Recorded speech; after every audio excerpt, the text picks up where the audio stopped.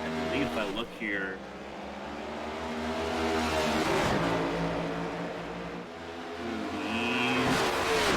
Flowers and 18th would be the three that are going home as things are running right now. I'm following Sprinkle here, seeing if Sprinkle's lap time is. We're down in the last 30 seconds of regulation in qualifying. Yeah, but even be Sprinkle. Yeah, Sprinkle, Galloway. No, Sprinkle, Galloway, and Shangle. 3 out. Yeah. Well, yeah, and Galloway did just jump to 29th fastest, but not enough at the moment to save him a spot in tonight's event. Time ticks to 0, which means that we now have any car that crosses the line from this point, their lap is complete. Anybody that's still on track can finish their lap, starting with Bryce Ward to be the first one to see the flag here, I do believe, unless Swatsworth did not make it in the 18. You can see there goes Sprinkle off the track. He will not race tonight.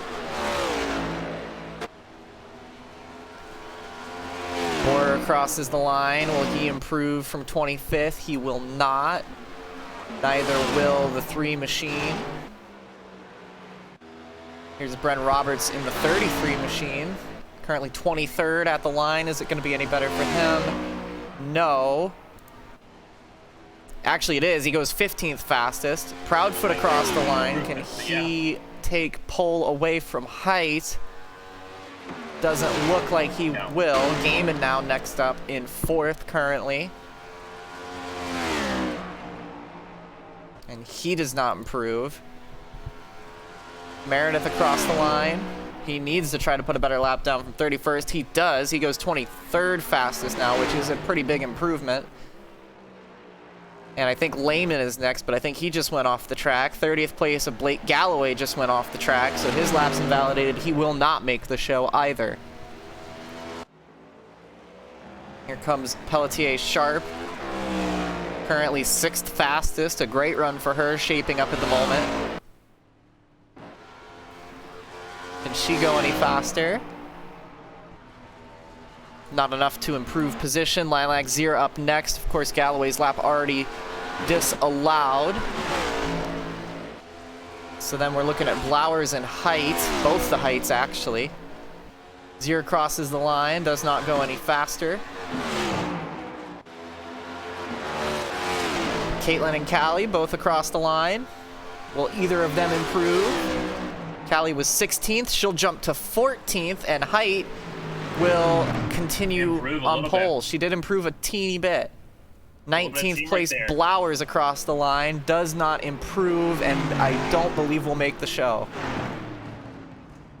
Or he may, actually. I think he is safe, because Shangle just crossed the line and did not improve. So I think Santiago may still be on a lap here. And I'm not sure if Proudfoot got to the line in time or not. We'll see. Santiago currently 33rd in the number 22 machine and across the line. No improvement, and Proudfoot into the pit lane. So it looks like Height will hold on to pole position. Proudfoot second, joined by Rodriguez, Gaiman, and Sosi the top 5, with Sharp, Peach, Zier, Sasek, and Swatsworth the top 10. And that'll do it for qualifying. Caitlin Height picks up her second pole of the year. 3 cars going home. Scott Sprinkle. I believe if we look through qualifying here, I believe it's Scott Sprinkle. I believe Jacob Shingle in the 20. Blake Galloway in the 5. So those are the 3 that will not partake in the Elkhart Lake 160 this evening. 5 minutes of warm-up, and then in a 40-lap race, around 80 minutes if it stays green, but we have 2 stage breaks in between, so about an hour and a half of motor racing ahead of us here. Caitlin Height, one of the first cars on track once again. And she is your pole sitter in the Hamilton Commission Toyota.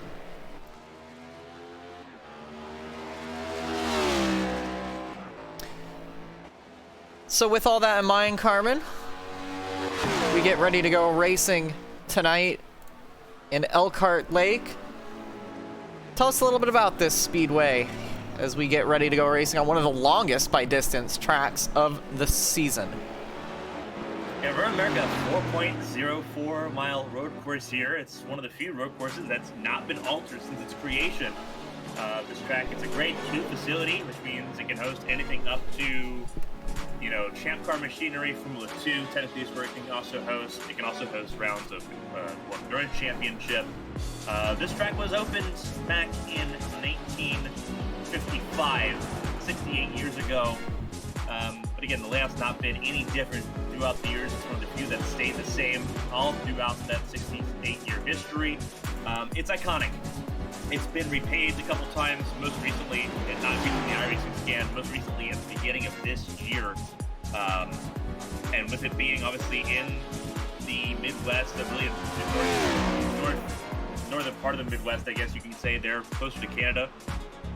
This track ages quickly, so it's bumpy, especially the version that the drivers are racing on the night. Very bumpy. You'll see patchwork of new tarmac throughout this lap here as we follow along here. Very bumpy, very rough, very abrasive. It's forgiving in a way. There's grass, there's runoff, there's gravel. But this track is very tricky. It encourages you to be braver on the brakes than you may want to. We've seen drivers wheel hop. Wheel hopping is going to be a big factor tonight. There's several heavy braking zones. Turn 1, turn 5. Obviously, the carousel at turn 9 and 10. That's going to be very difficult because the car will wash out on the turn 10.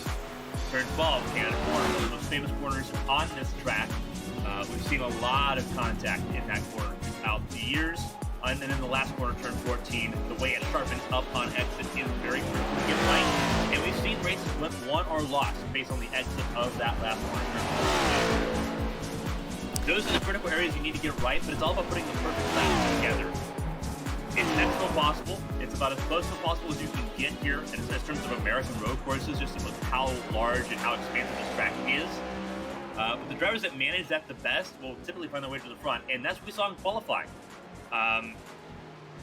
Caitlin Heights are not going to have an easy go of it this season.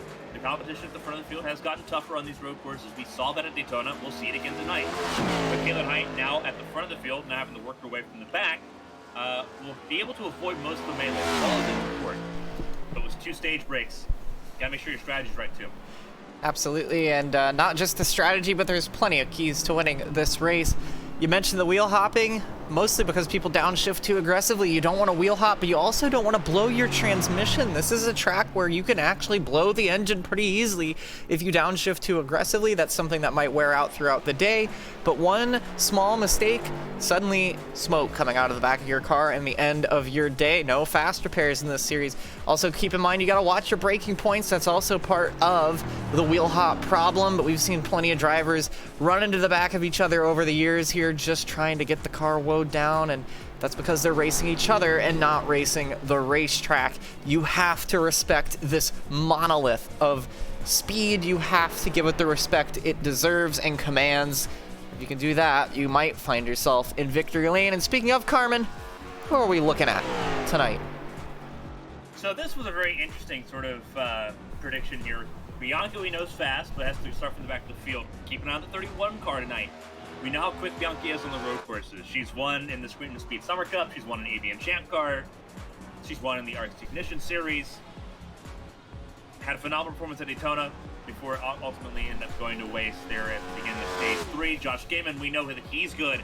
Coming off of a race win last night at in the HTL Cup Series at Charlotte Roval. So he's already got some road course momentum going just from this weekend alone. Brandon Proudfoot, we saw him second place in qualifying, and obviously Caitlin Height, I think our collective picks to win on pole position. Obviously you can't bet against the defending race winner here tonight.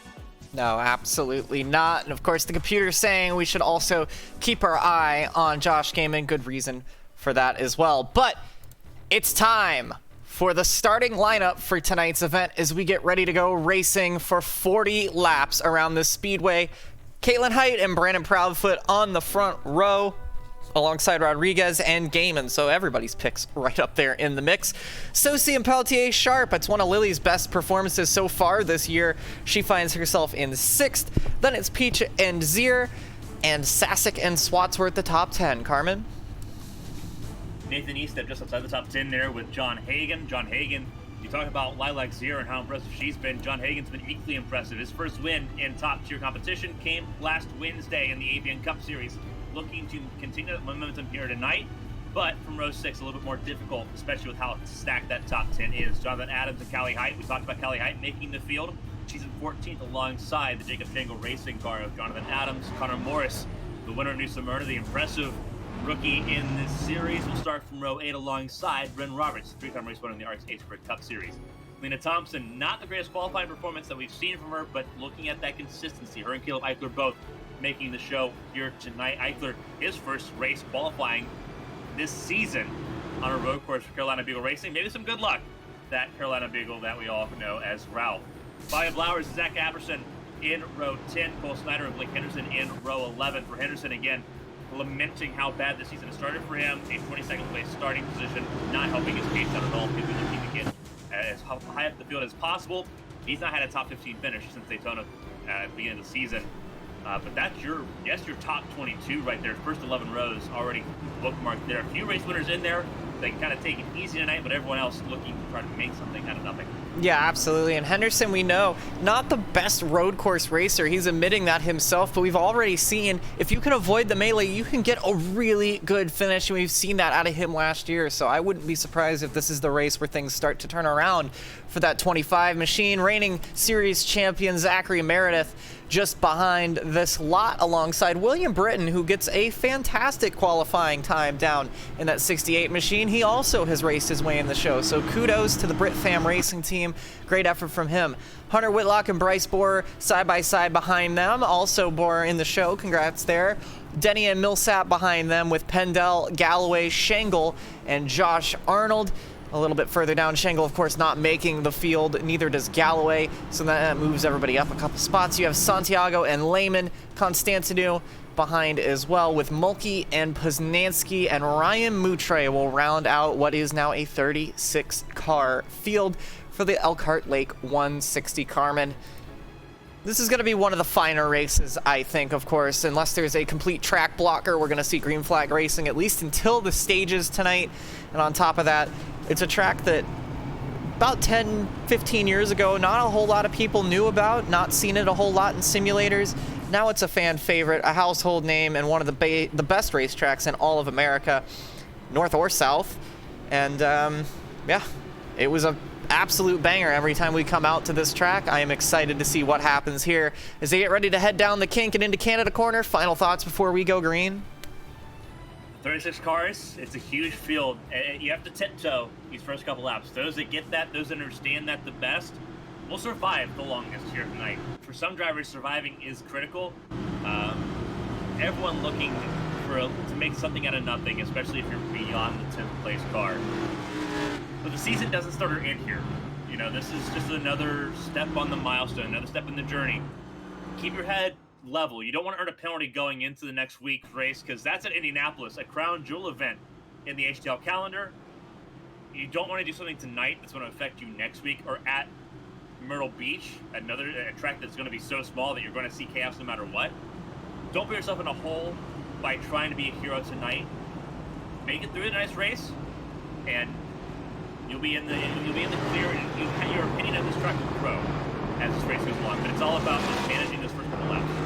Well, Wisconsin's a place known for cheese. Who's going to find the cheese here in Elkhart Lake to take home the checkered flag from Road America? The pace car about to take the hard right up the pit lane.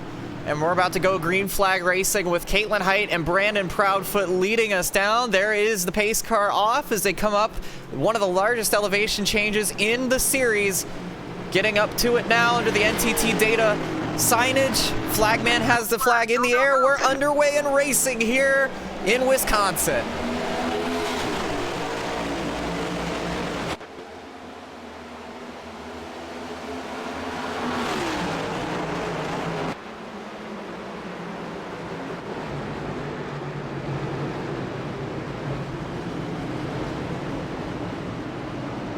Trouble already. Gaiman goes around in the 61 machine, gets clobbered in the back, and several cars slide into the turn 1 and 2 short chute, and that's going to take out quite a few cars. Lehman is in it. Mulkey. Gaiman is in it. And Yeah, now Gaiman's destroyed. Millsap with heavy damage. That's the 88 of Mulkey. Here comes Thompson, who's now runs into the back of Millsap. There's the 76 of Adams. Millsap, or if that was Whitlock that Selena ran into. I think it was Whitlock, actually. Yeah, you're right. Zier goes deep into turn 4. She gets it gathered up, though. Height still leads, but now it's Rodriguez and Proudfoot in position behind them. Need the tiptoe to get through the first lap. So they can get that memo. No, absolutely not. Now Proudfoot gets back on it around the outside through the carousel on cold tires. It might work, but they make contact for second behind Height. This is going to open the door up for Lily Pelletier-Sharp, who's now inside the top 5 in the number 8 machine as they head through the kink for the first time. The cars begin to battle behind Caitlin Height. You'll see Rodriguez, Proudfoot, and Sharp. They're really close on pace. It's going to be very easy for them to break away here because, again, when you go side by side, the slower you are in these cars, especially on a road course. Caitlin's already opened a 1.6 second gap on the opening lap alone. I think we had a car up in the short chute there. More trouble now. Connor Morse goes off the track. He was the one who got turned on the exit of the kink. Not sure if he had help or not. You can see also John Adams off track again as well. And there's some damage on that 3 machine. Lap 1. Yeah, absolutely. Lap 1 in the books now. Height leads from Rodriguez and Proudfoot, Sharp, and Sosi. Then it's Peach, Sasek, Zier, and Callie Height up 5 positions. How about Bryce Borer up 11? Bianca Constantinou up 19 positions on the opening lap of this race. She's passed half the field in 1 lap, Carmen. What do you got to say to that? I mean, that's not hard to do. When you think about, where she starts starting the back of the field, she can see everything happening. She can take her time and just sit back. And sometimes that's the hard thing to do. Absolutely. You can see Height opening up a bit of a lead. Rodriguez and Proudfoot still battling with one another. Pelletier-Sharp in the background as well, trying to get involved in that just a little bit. Sosi now under fire from Hunter Peach. Zier still battling now with Sasek after that mistake on lap 1. Good recovery for her. And then you can see that is Bren Roberts getting all kinds of sideways and hanging on to it there. Actually, that was John Hagan. Roberts now getting into view, and around goes Blake Henderson now in turn 3. So everybody's struggling with the grip as you see William Britton fishtail out of your screen. Henderson had gained a lot of spots with the there, will immediately drop down and out of the top 20 with this race already. A very hard opening few laps here side by side. This is 57. This is 57. No, that's Constantinou, should be in the 31 car, and then you've got the 24 of Cole Snyder alongside her. So Constantinou moving up now into 13th. Height still leads through the back straightaway now and off into Canada corner with Rodriguez in close tow. He's trying to gain that distance now after trying to get away a little bit from Brandon Proudfoot, who's still trying to battle for that second position. Proudfoot finished second last night. Michelle Roval in the HTL Cup Series flew up here to Wisconsin, trying to get another podium and solidify that. Lily Pelletier-Sharp there staying in 4th position at the moment. A good run for her so far. And Sosi still 5th, right where he started. Teammates right there, 4th and 5th there for Lady Liberty Motorsports. Height up 5 spots as well. She's now well and truly inside the top 10. Nathan Eastep just a touch behind. Lilac Zier, despite that mistake early on, she made some moves early on to gain positions. Then she made that mistake to lose them. She's back where she started now in the number 50. No love lost between the 50 and the 66. As we see up ahead, Eli Sasek goes off into the gravel, so he will lose a handful of positions now as well in the number 9 for Ascent, and he will drop to 10th, maybe 11th, depending on how much of a run Hagan has, but he seems to have not been able to recover too terribly well after his mistake in turn 3, although he didn't go around, so credit where credit's due, and this battle for second still on, very much alive. 2 Toyotas and a Ford in the top 3. Caitlin Height opening up a 2-second gap on Joel Rodriguez, who has a miracle of that silver and blue, number 28 for Unlimited Motorsports. Yeah, 28 car. and you're not kidding. You can see how close they got through there. Looking back now from Joel Rodriguez's camera, you can see not only how hard they're racing each other into these corners, but also how aggressive these cars are bouncing around the curbs and whatnot. Watch here. This 28 gets right up on the back bumper of Joel Rodriguez. Now through the carousel, long right-hand corner. You can see, look at that. Rodriguez and Proudfoot going after each other. Proudfoot nearly catching the grass and going for a spin. Everyone's trying to find where they can get it here tonight at North America. Proudfoot lost a little bit of time there in the carousel. Didn't help him out at all. Getting those left sides onto the grass. Looks like it's the gate and down towards Canada corner now. Yeah, absolutely. That's going to give Rodriguez a little bit of breathing room, maybe what he needs to kind of break away a little bit from this paddle and try and focus on Katie Height. Oh, but big mistake here. Now they touch once again, Carmen.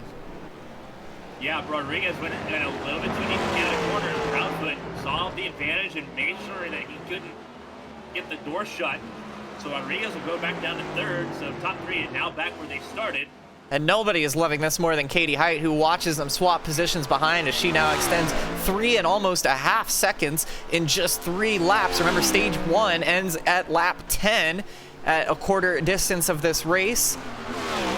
She's setting sail right now, and at this rate, she's pretty well a shoe-in to win the stage if she doesn't make any mistakes, which we rarely see from her. Trying to wash away that kind of road course, and opening lap, she finished last for the first time in her career here in HTL. Not through her own fault. Yeah, did not like that feeling at all. Part of the lap 1 melee there, trying to right the ship there and pick up where she left off last season on the road courses where she swept all of them. Won't be able to sweep all of them this season, unfortunately, but getting back to one where she's very familiar. That is Hunter Whitlock, yeah, who's still suffering from damage after getting hit by Thompson, who I believe is just now rolling again after being towed back there. You can see we're looking back from Josh Sosey's view, the mailman, as he stares back at Lily Pelletier-Sharp, who has lost 1 position to that 81 machine, but is still up 1 from where she started. Hunter Peach also up 1 from where he started. This is basically everybody who gained a position off of the mistake from the 61 of Josh Gaiman, and otherwise has not moved any positions. Several cars already either in trouble or out of this race. Whitlock went a lap down early. Mulkey is 2 laps down to an Absol pit lane. Same with Jake Millsaps and Thompson 3 laps down. And Josh Gaiman and Chris Pindell out of this race. Yeah, and for those who might be curious, we'll take a look back at the start of this race when that stage caution comes out. It gives us plenty of time to kind of review everything that's going on there. Don't want to look at it right now during live views because there's a lot of action on the track, especially early on in this stage. Track spreads out a lot because of how large this track is. You're going to have pockets of action everywhere. Absolutely. It's one of the magical things about really this track and Watkins Glen, both of them. Pretty magical in terms of just how they are and how the racing develops here and in New York. Looking on at Zach Meredith here. Meredith sitting in the 19th position, I think, believe. Yeah, currently 19th, up 4 positions from where he started. He's avoided most of the melee so far and is trying to work on Poznanski and Alfred Denny just ahead. And you can see a lot of smoke in the air as drivers having little lockups, little slides. They're pushing these cars a lot, Carmen, and you cannot underestimate how much more difficult these cars are to drive than the Gen 6 were. Even though it feels like they'd be built to be better at road courses, at least in the iRacing versions, they tend to be a lot less predictable. Well, and there's a lot more variance in this. As Meredith went wide there in the final corner turn 14, there's a lot more variance in the Gen 7 car compared to the Gen 6 because you have the ability to control the brake caliper sizes now. You didn't have that in the Gen 6. So if you get that wrong, you can really throw your race for a whirl. There is a right and a wrong answer for everything here. And brake caliper sizes are a big part of that. Drivers that figure that out the most, like Caitlin Height, like Brendan Proudfoot, like Joel Rodriguez, you'll find that they're more consistent, they have that success. And then you have some drivers that are able to handle what they're given on the factory settings. I believe we're looking right now with Lily Pelletier-Sharp. And then you have some drivers that maybe just got it wrong on the setup change. But that is one of the new things between the rack and pinion, the change in the steering column. As off track goes, Flowers. Denny in the background as well going off, so turn 5. Continuing to cause issues for these drivers. It's one of those trouble spots as Proudfoot goes off in the kink now as well. So even the leaders. Yeah. Rodriguez went off the gas too a lot. Like, he dropped back a significant amount. Proudfoot was trying to reel in Caitlin Height, and he just done that a significant low. Now 4.5 behind the race leader. Yeah, Katie Height has sailed off into the sunset, looking to go back to back on two completely different racetracks on two completely opposite sides of the country. Of course, there's still a two-stage breaks to go, but we saw her dominate here last year. It's no surprise that she's doing so well to kick things off. However, not enough can be said here about Scott Poznanski, who's up 22 positions in 16th. And how about Bianca Constantinou, who just passed Callie Height now for 9th? Look at her as she lets that car hang out, replacing Kevin Gibney Jr. this week. She's up to 9th, up 26 spots from the tail end of the field. Callie trying to get a toe off of her as they race their way down the front straightaway. Anthony just got around Callie Height there. They're both following. That is Eli Sasek in front of them. Both of them trying to make their way closer to the top 5. This is a battle for 8th place at the moment. Yeah, absolutely. And Height was doing fairly well at Daytona Road Course as well.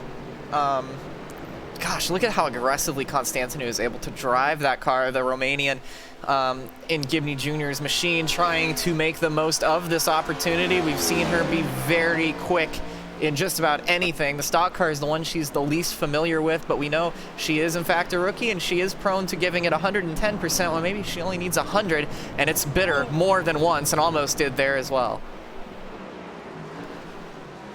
Yeah, Constantinou, obviously one of the younger drivers in the series, as you mentioned.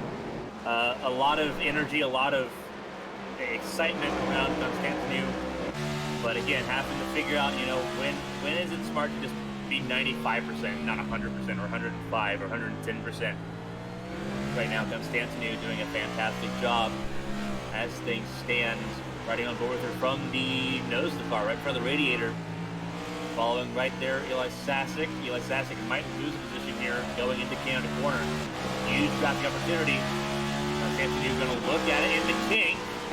Backs out of it. Is on board with Sasek now. Looking back to the kink. Checked up Constantinou enough to get himself some space going to the next big braking zone. Yeah, talk about saved by the bell. That checkup that she had to make allows Sasek to get some breathing room into Canada corner, which allows him to hang on to live another day here. Of course, you saw Sasek go off track not too long ago. Not struggling terribly, still inside the top 8, but definitely under fire here from Constantinou as she tries to make her drive through the field. One of the fastest on the track right now, and could be a real thorn in the side of Caitlin Height after that first stage break if she's already up 26 spots.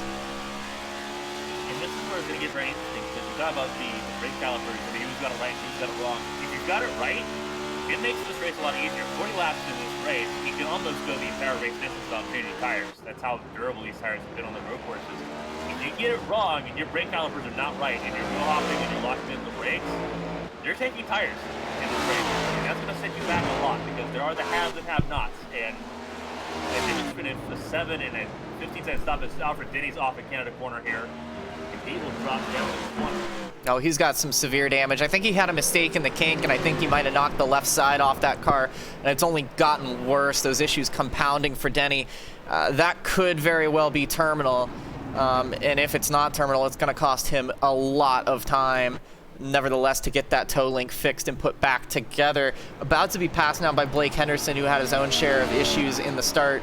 But that car's still in one piece, though he's nearly smacked the wall there down the straightaway. But William Britton also in the pit lane. And that's the other thing, Carmen. Do you pit before this pit lane closes for track position? We saw that at the Roval this weekend, and it really paid dividends for drivers in the real-life counterpart of the race. Driver passing is not that difficult, so no. It's just like the Charlotte Roval, or say you go to the Charlotte Roval, or like Chicago, or smaller road course. Yeah, sure, you do that. At a track as wide open as Road America is, no, it doesn't help you a whole lot. You give up stage points, and stage points we know are kind of a key thing, especially if you're not a winning driver. You need those stage points. Just voluntarily giving up stage points, knowing that you're probably not going to hold on for another 15 laps and try to get stage points in the next stage, it seems like an exercise in futility, or an exercise in insanity. Counterpoint. Ryan Moutre, who started at the very tail end of the field, is not close to stage points and is just out here cruising right now, up into the top 20. Far enough ahead that he can make a pit stop and stay on the lead lap. Why not him make a little pit stop here? Try a little gamble, some William Britton-esque strategy as Lilac Zier goes off the track now and will fall quite a bit and is now actually going to go ahead and come into the pit lane. So I guess I'm not crazy. Try to do this. I don't agree with it though. You're not going to see leaders do it at all. And ultimately, that's the benchmark. You know, are you going to be able to hold off Caitlin Height or Brandon Proudfoot or Joe Rodriguez as William Britton's gone around? That was right out of pit lane, and that's why. Full tires. Full tires is your answers to that's why you don't do that. Can you hold off Height? Can you hold off Proudfoot, Rodriguez, Sosi, Baltier, Sharp, Peach? The answer to that for those we know today. And Rodriguez is caught back to Proudfoot and then goes deep himself as they put Shad Swatsworth a lap down. Roberts is in, Denny's in, of course, repair damage. Poznanski comes in. So some drivers are taking that opportunity. I think if you're outside the top 15, it's not a bad call. Track position is not as much of a premium as it is at a track like the Roval, but it still is important, especially when you look at how big of a gap there is from Height to, say, E-Step. 30 seconds. That's almost a pit stop in of itself. So just by being there and being fast enough to stick around in the top 10, it might not be a bad strategy. The delusion, I don't entertain the delusion of that you're going to be able to stick around. You know, you look at the likes of Poznanski, whose fastest lap is a 2:14.53, and that is slower than everyone in the top 12. Well, look at somebody like Lilac Zier, who has pace, is on the lead lap currently as it stands, and it is, you know, trying as Poznanski goes for a bit of a ride here through T1. Again, cold tires does not help you at all, and that's sort of where. But after a caution flag, everybody's going to be on cold tires, and it looks like Height is going to pit. So, yeah, I think the play is to pit early. I wonder if the requirements field. We'll see as Josh Arnold is the longest road course on the calendar, pointing backwards. Yeah, Josh Arnold. I wonder if it's a fuel thing. Well, we'll see with 2 to go now. This will close pit lane. So I would say no, because it looks like the rest of them are pretty well committed. So this is now the battle for the stage win as Height gives up those stage points to try and give herself the track position that she needs. So even though she didn't necessarily need to do that, she's covering off against everybody else and is giving herself a good opportunity. She will end up with the lead by the time the stage comes out. So, and knowing Height, I don't think she would have boxed if she didn't have the fuel to make it, because then she would have definitely not been able to make it to stage 2. And so we'll see. I get that. She rejoins in the 10th position, so she still will get stage points anyways, and is going to be able to probably catch E-Step and maybe Callie Height before it's all said and done as well. So we'll have a look and see, but this is currently the battle for the stage win. Proudfoot and Rodriguez going after each other here. Rodriguez getting the tap on the shoulder to move up from the Project 91 machine this weekend to fill in the actual 99 machine. One of Ascent's main cars, and he is going to try to make the most of it. We've seen some brilliant pieces of sportsmanship and driving out of Rodriguez so far this season. He has been absolutely electric to watch. One of those few drivers where the bumper stickers can't fool anybody. Through the kink, still putting the pressure on Proudfoot. It is Ascent versus Stepping Stone Motorsports at the moment. Defensive move by Proudfoot into Canada corner. Anything you can do, I can dive deeper, says Rodriguez. They nearly come to blows again. They've already touched twice so far. And now they'll come back around to take the final lap of stage number 1. And we've got ourselves a little bit of a brawl, Carmen. About 4 miles left to go in stage 1. See if Proudfoot can hold on. Rodriguez is there. It's very interesting how quickly Proudfoot went from being hunting to hunted. Yeah. And here's an attempt. Yeah. Look to the inside. Can't block that one. You saw the look. Tried to make a move, but now just makes himself vulnerable to side draft. They go deep into T1. Do they make contact for a third time? They don't. They keep it clean this far, and now they're going to continue this battle now side by side down into turn number 2. Wiggling around, wheel hopping, contact again. And this is where it's another big heavy braking zone. Turn 5 coming up here. And Rodriguez right now has the preferred line. And looks, a little side draft from the 99 to pull back that number 28. Yes, even on the road courses, they are absolutely going after it. Not an inch between them. They touch again. And now they somehow hold on to it. The 28 of Proudfoot is going to just barely hang on, but Rodriguez is not giving it up. And he gives a little bump to the 28. They're getting... Rodriguez didn't appreciate being pushed to the grass. No, I wouldn't either. Great save, though, by Proudfoot to not go around, but I wouldn't be surprised that 99 gets the elbows out here on this back end of the racetrack, especially with some big drafting zones coming up, but he might have used up the last of those Goodyear Eagles. You can see the wheel hop, but he's really trying to get the speed out of that machine. Great stuff here to close out stage number 1. They don't care about that. They're just racing right now. Yeah, say Proudfoot's in need of a race win. Rodriguez is part-time. Trying to set him up, but Proudfoot got a better run through the kink. Let's see what happens into Canada corner. Probably just a touch too far back for an attempt, but gonna have a little look. Maybe try to sell the dummy. Proudfoot gets a little bit squirrely through there. Almost made it work. 2 corners to go in stage number 1.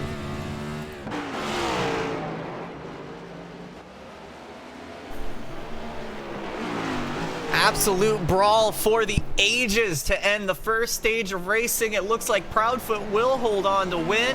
Rodriguez is going to have to settle for second on this occasion. All of this happening ahead of Sosi, Pelletier Sharp, and Bianca Constantinou, who finishes 5th in the stage. Peach Sasic, and both the heights, 8th and 9th, and Eastup in 10th to end stage number 1. How about that for a grandstand finish? That was crazy. Yeah. Fantastic job by Brandon Proudfoot, the number 28 machine. The Pennsylvania native gets his stage win in that car for Unforgiven. Formerly at Stepping Stone, now with Unforgiven, so forgive me for that. But great effort there by him, and a great effort from Rodriguez. We talked about it not too long ago. He always puts on a show. Did that very much again tonight. And how about Bianca Constantinou up 30 positions from the very back of the field, 5th place in stage number 1. With that said, let's take a look back at what kind of caused some of the drama here early on. This is all the way back on the initial start. We saw Gaming get turned around in a bit of a plug, basically, in the middle of the racetrack, causing all kinds of drama. Let's see what happened here to the number 61. Oh, gets a bit loose. It's not a great angle.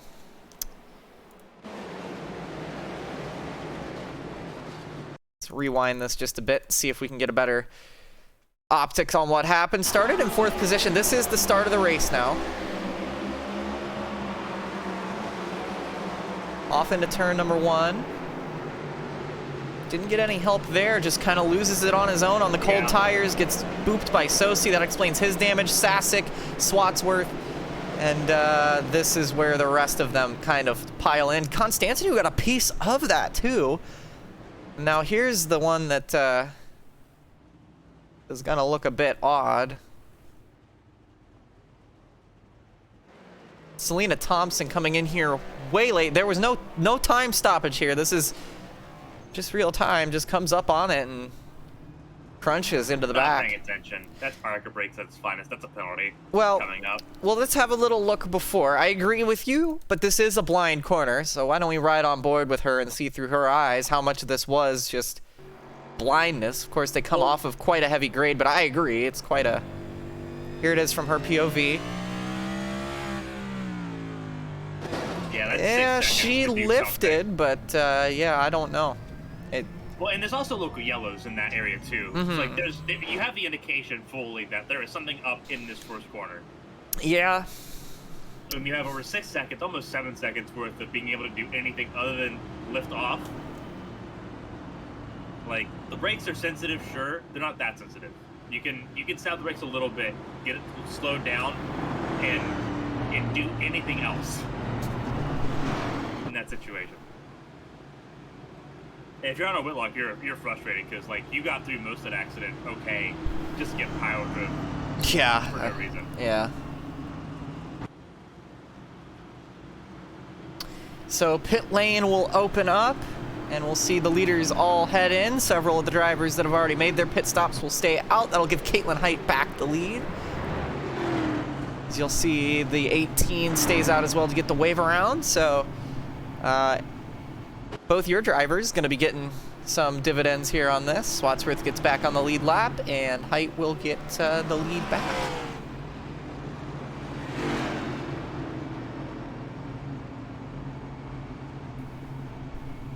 So while all that shakes out, let's see if we can't have another look at what was an incredible battle between Joel Rodriguez and Brandon Proudfoot to win stage number 1. Here are these two absolutely going at it. Let's take a look at this from up in the sky. Proudfoot had a pretty significant lead here, but you can see didn't quite get the exit out of the last corner. Allowed for a really big run from Joel Rodriguez, and then of course they know that Height's pit as well, so now they know what they're fighting for. Big move here, big block. Rodriguez nearly in the wall. Heavy braking here, and this is where we get ready to see them have contact again, Carmen. Yeah, very rough driving across the board there. Proudfoot knowing that he can defend, and Proudfoot learned a lot. He's racing in the RX Cup Series as well. And he kind of had to get used to being able to put elbows out. He's been a very conservative driver up to this point, very much a try to keep it clean, kind of keep the car safe. He's had to learn quickly this year that you kind of have to put your elbows out when you're in these positions now. This is incredible how neither of them wrecked. You can see the wheel hop too from Proudfoot. They're absolutely on each other. Now this is the fun one here. Is Rodriguez on the nose, gets right up to the back. Hello, I'm here. I don't quite appreciate what you just did. Swinging it around here, you can see dirt and just grass getting kicked up into one another. It's great stuff to watch.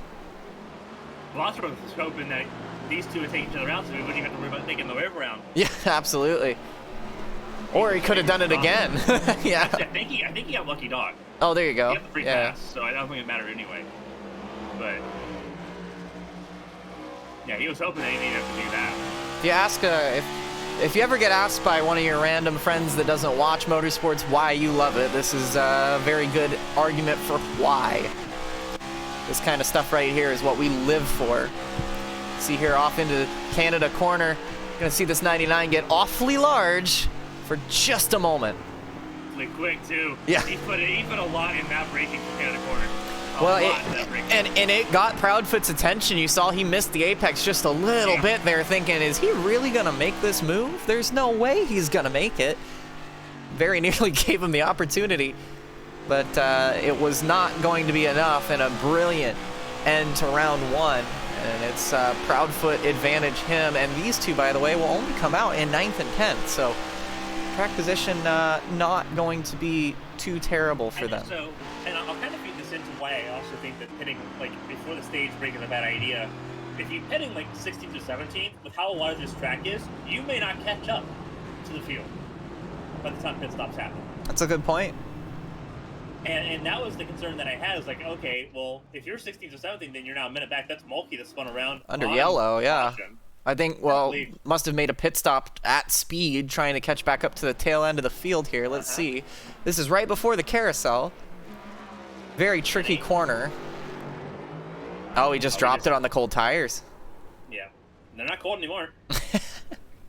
Doesn't hit anything, no harm, no foul. Doesn't even go all the way around, so just a little bit of an embarrassing slide there. Apparently Millsap's had a moment as well, so even under yellow we can't seem to get away from some shenanigans here. What's happened to Millsap? Oh, my goodness. Pushing the 22. Gets off into Canada corner and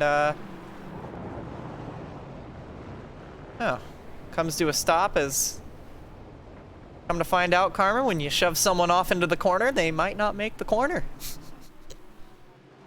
That's a friendly shove either. I think it's Santiago in the 22 this week. It is Santiago. they double up now as we get to 1 to green. And is stage break going to be 20 or 25 this time around? I'll double check for you. I believe it's 25, but give me...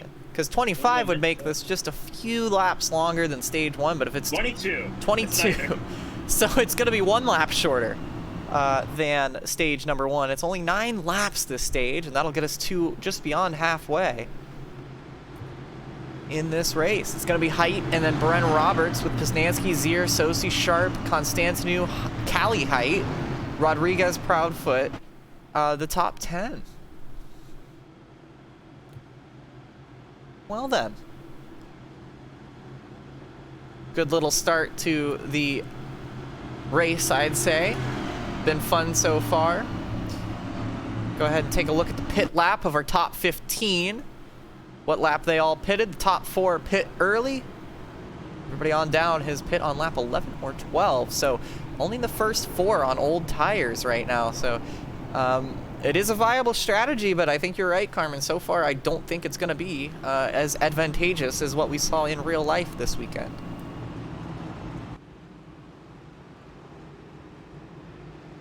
Yeah, with how large this track is and how the pit stops work here, you don't if you can't catch up to the field before pit stops happen, you're not going to gain any time or position. You know, Caitlin Height pit from the lead, finished in the top 10, still in the stage, could easily get back to the group. So that wasn't a terrible issue for her. But again, if you're 15th to 16th, you're not gaining anything out of it. And that's sort of my consensus about that is like you've lost more than you've gained at that point because you didn't gain track position and you're now further away from getting points because now you for sure, if you're not pitting now, you for sure can't make it without pitting in stage 2. So double-edged sword there. You've dug a hole in that situation. Well, we'll see. Quick weather update here as we work our way into the second stanza of this race. Not too bad, not too terrible. 83 degrees on the track, 67 in the air.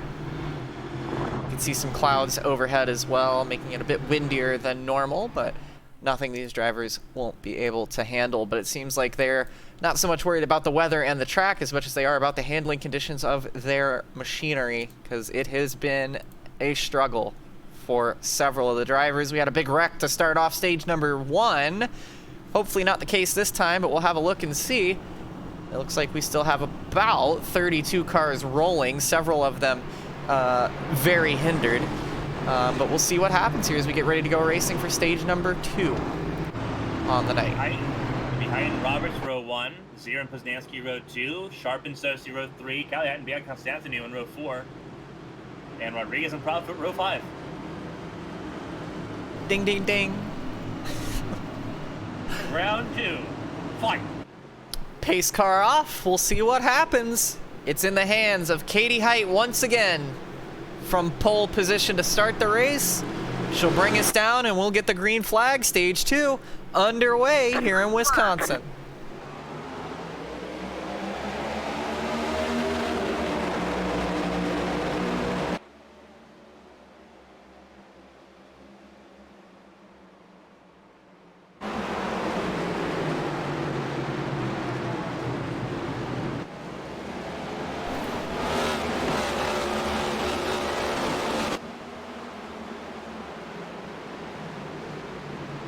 Turn 1, 2, and 3 pretty clean. As they now head down towards turn 5. Yeah, much better start this time. And as I no, say that, there Peach. goes Peach hard into the wall. Is he going to get collected by anybody else? He is. He does. He gets hit hard. That's Millsap off and stricken, as is, I think that's Mulkey. Yeah, Mulkey. Rodriguez has gone off in turn 5. Moutre goes for a spin. Rodriguez. Yeah, Rodriguez gets it going again. It's Height, Sosi, then Bia, followed by Zier and Poznanski. So a big shakeup there. I think there's some damage on the number 8. It looks like the splitter is bowed up. Yeah, he's running into somebody. That's center on impact there. He's bumped somebody wide. Well, is it from that, Carmen, or was it from the 4-car bump draft we saw off into turn number 1? Because we saw that as well. They were hitting each other quite aggressively, so but it looks like it might have been from Peach. Yeah, yeah. I don't think it'll be too terrible because she's out towards the front, pretty clean air, but she will have to keep that in mind. See now. Yeah, and you can see Callie Height taking advantage of that. Goes around the right side of that car. Oh, and Height's gonna wheel hop it. Saved it. Really good save. That. Really good save. It was spot, but that's fine. Welcome to the direct drive wheel, Callie Height. Heck of a save there in Canada corner. Yeah, who is having a brilliant day right now in the number 38 machine. Yeah. Meredith right behind them, and Connor Morse right behind him. Wild stuff here. Height leads now. Constantinu up to second, though. And now this is what we were wanting to see, was how... Don't let that 57 fool you. Last second driver swaps happen all the time in this series. It's supposed to be the 31, which is usually piloted by Kevin Gibney Jr. Last time out of the road course, it was Ruby Acosta behind the wheel of the 31. Constantinu giving that 31 a run for its money once again on the road course. 2.5 seconds to Height. Watch this space. Zier back up to fourth now as well. Remember, lost a little bit of time there on the opening lap of stage 2. Keep in mind here as well that Bia is on fresher tires than Katie Height. So we'll see how that affects things. Lap 11 for Constantinu. I think it was lap 7 for Height. So, other than the tires though, she'll only on their stops. So, but on the same tires, Bia's got a little more mileage she can take here. There it is. Proudfoot back up to the top 5. Being pursued by Pisdansky. Roberts, Sharp, who's recovering pretty well here, battling with Ines Henderson off again. Yeah, I don't know if there's too much damage there. It looks like the car's still okay, but another slide and spin for him. Looks like he kind of cut the grass there a little bit and pulled him in. There's Sosi in the podium right now. Oh, Pisdansky aggressive on the brakes under Canada corner.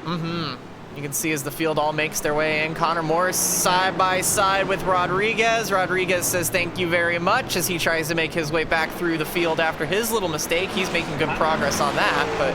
I don't think he said thank you very much. I think he said I'm not asking. Yeah. He took that position away. I think that was... Morse was like, I don't think I want that. Well, Morse says, I don't care what you say. We're going to have a brawl. I didn't hear no bell, he says. Youngest driver in the field. He's not going to be bullied around, but Joel Rodriguez is wanting to end this now. He knows he's faster. He's got work to do, and it is not babysitting the 3 car. Props kind of work for Hackley. Absolutely. He admits that road course is not his forte, but he's Hackley, one of the fastest drivers in the field, man. Yeah, he's doing a great job right now, especially for someone so young. Dansky's just went off. He's out of the top 10 now. Yeah, he was flirting with that into Canada, but he's done a nice job there to not get any serious damage, but will drop, stays inside the top 15. There's Bia, who has just gone off there, had gained a second on Height, and now makes her first real mistake of the race. And this is what we talk about with Bianca Constantinu. You think back to her debut in the Champ Car Preseason Challenge, had a fantastic debut race at Suzuka, was running with a chance at a podium and crashed out on the final lap. We've seen her make mistakes here and there with all that speed, if only she can harness it. Nothing too serious, not quite nearly as serious as what we saw with her in Japan. And Height's gone around, the other one I should say, and gets a big shunt in the back from the 10 of Selena Thompson. How much damage is that gonna deal? I would say that time it wasn't really Selena's fault. But she gets back going and she will also stay in the top 15.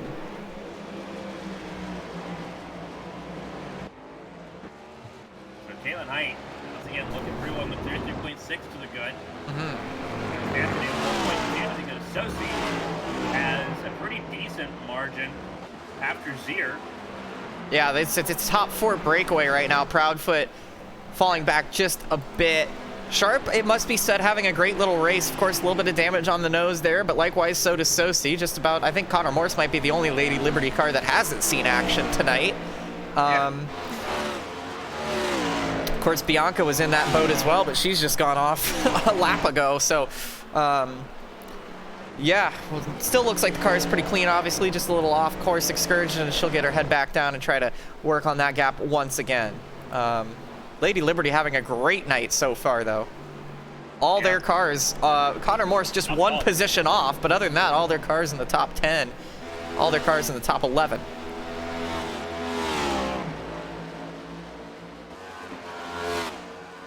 Keep my eye on this gaggle of cars. It starts with Poznansky, goes down through Sienna Thompson, Bobby Flowers, Callie Height, even goes even further, Santiago, Apperson, and Snyder, all in this group as well.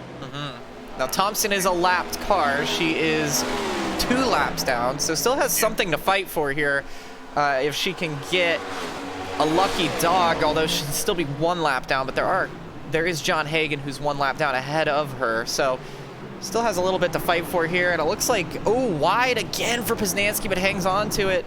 Bobby Blowers hanging in there as well. You see Hagan, I just mentioned. Wow, big move from the 91 of Blowers, and he will hold on to it. Poznansky will not. Height finishes off. And she'll now have an attempt to go after Blowers, down, headed into the corner before the carousel. She wheel hops it, Blowers wheel hops it, but she's through. So that damage on the rear diffuser not seeming to hurt her too much as the 22 goes off now in the background of Angel Santiago. Yeah, Flowers and Callie Height Center Between, they have a lot of history from the ABF Atlantic Series where they battled for a championship. Callie Height ended up the victor in that conversation, but both of them have history and both of them have made contact before. So it was lost here. Absolutely not, but it was a clean move that time around. Yeah. Blowers, it's unfortunate for Poznansky because Blowers wheel hopped almost into him, and then the 12 wheel hopped a little bit, and then Callie finished off contact into Canada corner. Blowers couldn't quite hang on. Callie takes the bump and moves on. Now has some breathing room between herself and Blowers and can focus on the reigning champion of Zach Meredith, who is not too far up the road from her. There is Meredith coming out of the final corner, now trying to negotiate Eichler, who, oh, by the way, is running 12th. A career day for Caleb Eichler as it stands right now. Yeah, he's been very impressive there from Carolina Beagle Racing, on loan there from Arrowhead Racing. And Eichler doing a phenomenal job right now. Yeah, his finest drive thus far, it must be said. And one that they really needed that run, too. Hopefully it stays that way for Eichler, but it has been an absolutely dreadful start to the season. A little bit wide there, but still sitting nicely within the top 15. You can see, though, Height should not take too terribly long to catch up to Eichler, as she's already pulling away from Blowers now that she's out of the range of Blowers. As Thompson hangs in there as well. So Constantinou, meanwhile, has taken 3/10 out of Caitlin Height. So while she does continue to gain, she has not gained quite as severely as she did at the start of the stage, which gives Caitlin a little bit of room for some comfort. Sosi, quietly, silently, like a mouse, sitting at those podium positions once again. You just can't get rid of him. He's like a pest. The podium pest.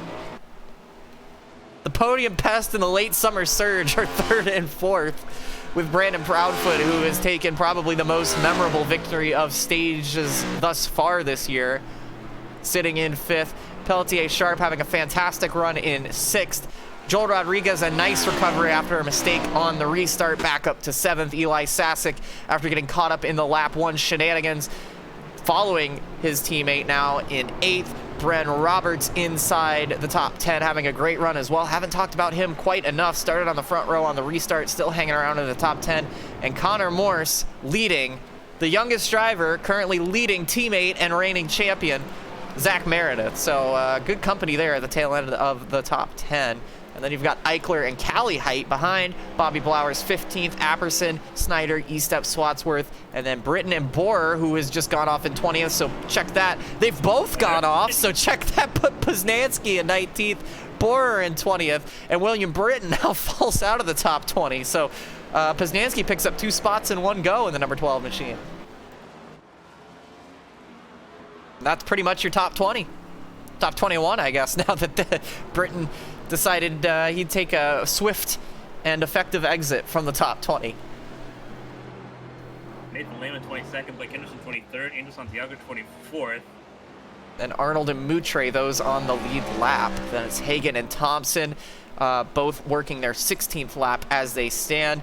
Then it is Denny and Millsap several laps down. Hunter Peach, I think, out of the race now after that whack to the wall at the start of stage number 2.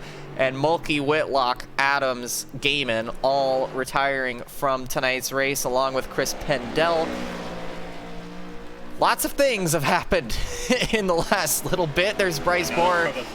Yeah, lawn mowing service. 5 stars, race car driver, 3.5 at the moment. But still flirting around the top 22. Yeah. If the race car thing doesn't work out, perhaps snowplow and lawnmower at the top of the list for backup plans. But see, he's driving for the wrong team because Gibney's car is the one that has the lawn mowing service sponsorship. Yeah. I mean, it's right there. Well, he had to step up because Constantinu doesn't have the either Constantinu or Trading Paints letting us down on this one here. So no lawn mowing service there. So. Oh, goodness. Unfortunately, it seems like Bower might have sampled some of the products on his car right now. Yeah. Yeah. Seltzer bore down in 22nd at the moment. He had a really good stage 1. Proudfoot pit. Sorry to cut you off, but again, another early pit stop here. Nobody else has done this yet. So far, it's just Proudfoot. So potentially big strategy call to try and get himself the track position he feels he may need. Bren Roberts follows him in the 33 car. So we'll see. It worked out for Bren Roberts first time around because he started on the front row and is effectively net gained, so it's worked out for him. Proudfoot, who stayed out to win stage 1, now pits early to try and pull the strategy headed into the final stage, but so far they're the only 2 in, and pit road will close next time by unless I am unable to count, which is a very high possibility because I am not good at math. Are correct. Next lap by, it's going to close for 2 to go in the here. stage. Yeah. We're on lap 20 right now. Just ride on board with height for a minute. What do you say we do a little HTL on ABN, crank it up, and ride on board with our race leader, Carmen? Sounds good to me. Let's ready up to see what a lap around Burbank looks like.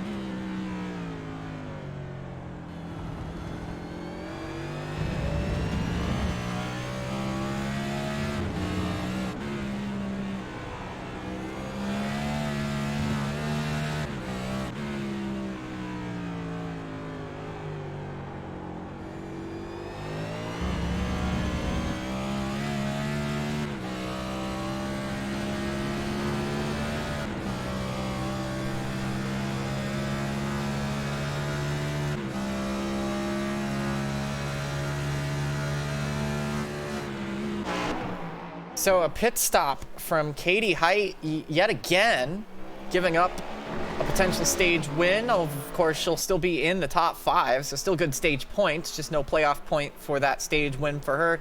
Instead, that's going to hand it off to the Romanian driver of Bianca Constantinou, who had to serve a penalty starting this race, started from the very tail end of the field. And Carmen, she's up 34 positions and is en route to winning her first stage of the year.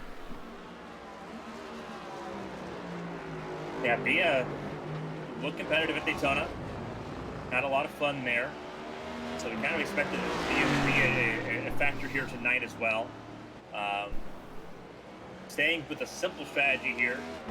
Going to help her out pretty well. 11 seconds to the good over Josh Sosi. Will help that out pretty significantly. So we knew what Bia could do on road courses. This is not surprising. Give her space, give her time, and she'll rock it, and that's what she's doing right now. And this is a track that she's got a lot of familiarity with as well. So. Also, interesting thing to note: Lilac Zier and Bryce Bohr pit. I believe the pit lane closed, so I wonder if they'll be getting penalties for that. Because it's currently 2 to go on the stage, coming to 1 to go on the stage. So end of 22, which we're about to start lap 22. So see about that. But yeah, Zier in the pit lane, as is Bryce Bohr, and Bohr will lose. Well, he was already a lap down, I think, but will lose even more time. It's a 13-second gap to the mailman. Josh Sosi, your Daytona 300 winner, then Peltier Sharp just behind him. Peltier Sharp on for a great finish in this stage. Rodriguez going to bounce back for a 4th place, and Katie Height had enough in the back pocket to pit, and now the caution comes out now, so I guess a lap early. And, or no, it is the end of lap 22, sorry. I told you I can't count, but that does mean that Zier definitely pit along with Bohr early. So I wonder what the penalty is for that, but congratulations to Bia Constantinou. I believe that's her first career stage win, is it not? Oh, and she nearly packs the pace car there and goes off track. Get that tunnel vision. Yeah. Which is also ironic considering the fact the pace car is not a solid object, so she didn't need to do that. But yeah, she's your stage winner and also decides that she would like to touch grass. So she does so. Sosi will line up just behind. Peltier Sharp with a great finish for her. Then it's Rodriguez, Height, Sasek, Callie Height. Then Meredith, Morse, and Eichler getting his first stage point of his, I think, career. So well done to Caleb Eichler, P10. Callie Height will score in both stages. In fact, I think that might be the first time that both the Heights scored points in both stages. For those who like that little relationship statistic, the 2 drivers' girlfriends rolling around in 5th and 7th as it currently stands. So we'll see them catch up to the tail end of the pace car. While they are going around to do that, let's have a look back at the restart of this race and see what happened, if we can, to Hunter Peach, who was running very well and had a good run going. It's going to be in that pink and white 1 car. And just got turned by Callie Height there. This was a decent enough impact, but then rolling back into traffic, getting absolutely clobbered is what's going to take him out of this race, unfortunately.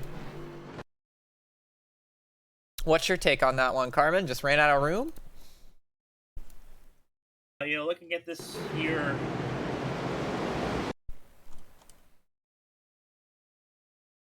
in slow motion here, I don't like maybe a misjudgment on Height's part there.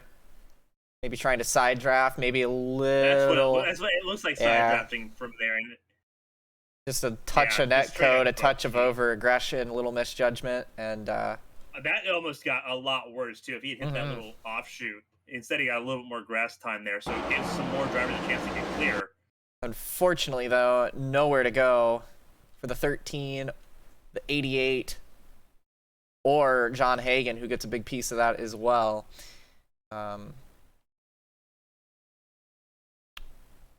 Here's Millsap. There's where Hagan gets into it. The 88 as well. Significant damage there to Jack Mulkey. He's effectively out of the race. See everybody else scatter. And here's the unfortunate bit. Jack Mulkey, I don't think, ever had a chance to see what was coming here. We'll ride on board with the helmet camera, which we have provided for Mulkey, and hang on tight, guys. Here's the other thing, too, obstructed by other traffic as well, so probably isn't even going to see. There's the impact. Oh! You can see that it got a little greedy with it, too, Carmen. Was trying to gain positions. Thought he might have a hole, and the hole closed up, and that's all she wrote. Here is live pictures now in the pit lane. Tires for Joel Rodriguez. And Sosi. Pelletier Sharp wins the battle off pit road ahead of Callie Height. How much time will that cost? Sosi getting tires will not lose a whole lot of time. Neither will Joel Rodriguez, so keep an eye on them. A call for 4 tires.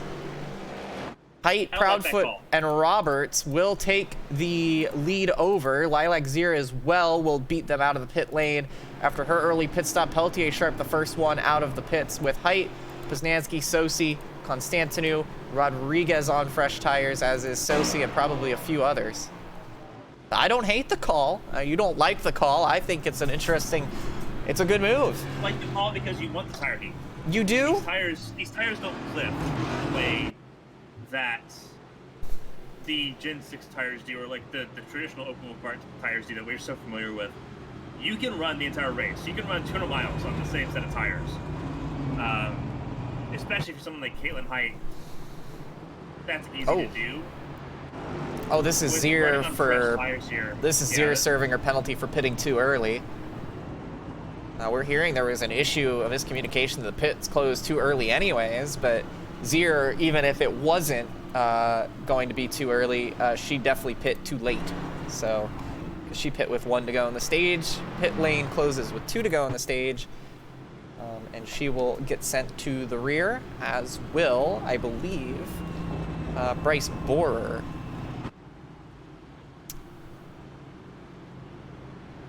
But to continue your point, go ahead. Sorry, just saw the... No, you're good, yeah. A huge active situation there. I'll kind of explain that in a second, but like the pit stop thing, with Katie Height taking, again, only fuel only, Proudfoot took 4 tires. He has to fire those tires up there from scratch. The worn tires, the more worn there are, the easier they get up the temperature. And this track is cold. 83 degrees is a cold track compared to what we're used to here. Actually, even down to 78 now, yeah.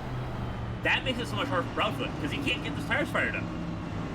But with 17 laps, we've seen this before with the Champ Car Series on short ovals. Actually, that's how I won one of my races in my Champ Car career, was at Iowa with a broken car, staying out on old tires. USA, it won by those staying out on old tires. It sometimes is the strategy. It puts heat in the tires quicker on older tires. And Proudfoot now, because the optimal window for these tires as far as the track temperature, you want to have it about 93 degrees. You're not going to get that now. No. We're entering the sunset. We're entering the beginning of the late afternoon here. You're not going to get that. So if you're trying to get the race win, you've lost. Congratulations, you're battling for second place now. Not so fast. Not so Roberts fast, because here's the thing. 17 to go, now 16 to go. It'll be 15 to go when they take the flag. That is enough time to get heat into them. It is, however, going to be critical those first 4 or 5 laps that they don't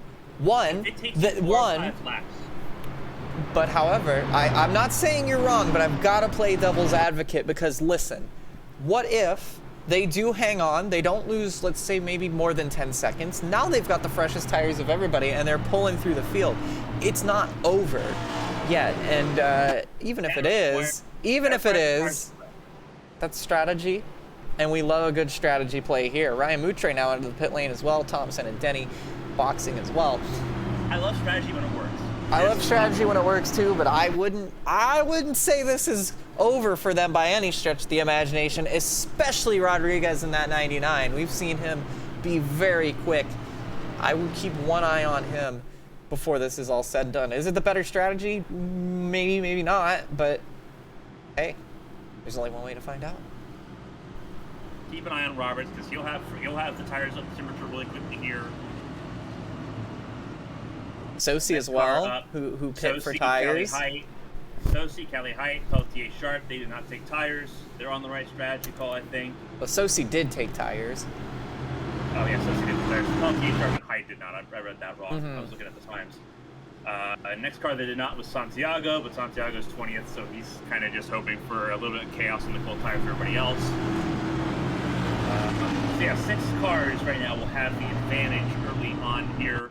And again, if you're playing devil's advocate, you're hoping that tires cliff. Tires didn't cliff in 43 laps last season. They're not going to cliff 40 laps this season. Only one way to know, and we'll know in about 15 laps time. We'll get the green flag with 15 to go. It'll be the longest stage yet, and they should be able to make that on fuel pretty comfortably. I don't think we'll see. Sharp, interestingly, did not take any repair on that nose of that car. Yeah. Because that, and looking at it at slower speed, that front end is completely caved in. For Sharp or Sosi? For Sharp. Well, I think Sosi has just about the same amount of damage, if not maybe a little bit better. So, and they're teammates, so that's going to be communicated between them because Sosi's had it looks about the same on the 81, and he's had that damage since the very drop of the green flag. So I think that Sosi relayed that info back to Lily Pelletier Sharp. And you think about it, track position isn't the most premium thing in the world, but she's been up front all day. She's got a fast car, and it didn't seem to hurt her too much when she received it. So I think she will be okay. I don't disagree with that call, especially when your teammate has about the same amount of damage and says, you know, it has shown that it's been fine. That is a fair point.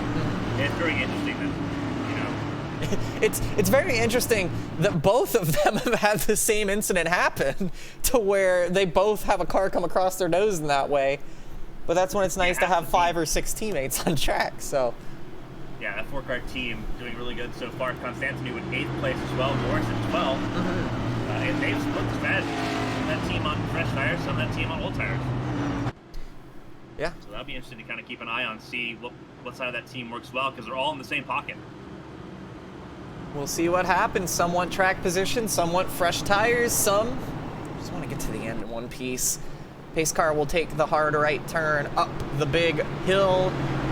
We'll get ready to go racing for the final time here in Wisconsin. Remember, no cautions unless it's an absolutely historic one.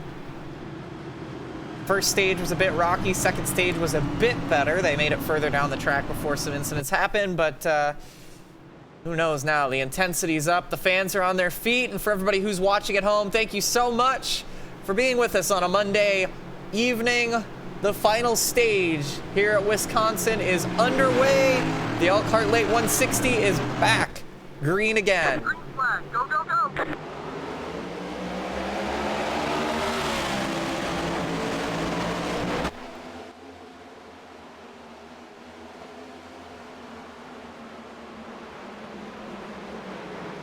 Oh, that's not gonna work. One around. It's Sharp. Teammates collide. The 50 of Zier, the 99 is in it as well. Several cars scramble behind. And I believe Lady Liberty just about ended their chances, and now Height gets turned and goes off. And Proudfoot's off as well. And is Proudfoot. So now things are completely changed. Millsap around in the background as well. Pandemonium on the restart. Red Roberts now leads via Constantinu. And then there's a giant gap. Poznanski and Merritt. Oh, and now Callie Height goes around and gets hit hard by the 81. Oh no. It's a mess. Severe. They're still wrecking. More trouble. Oh. Who is that turn That's around? Height. That is Lehman. Height gets into Lehman, so more damage. Both the Heights. They're still wrecking in the back. There goes the 81 of Sosi. What on earth? This is pandemonium. Sosi's race is over. Bren Roberts leads this race from Constantinou and reigning champion Meredith, who's been nowhere today. He said that, he's just hoping to survive. Surviving at the podium is a really good way to do that. Yeah, but he's going to have to hold off Poznanski, Sasek, and now Connor Morse, who's carrying the torch. Meredith and Morse, the two slowest Lady Liberty drivers of the night, now carrying the flag. And Sharp is off again. So is Apperson. They got together. And Proudfoot is out.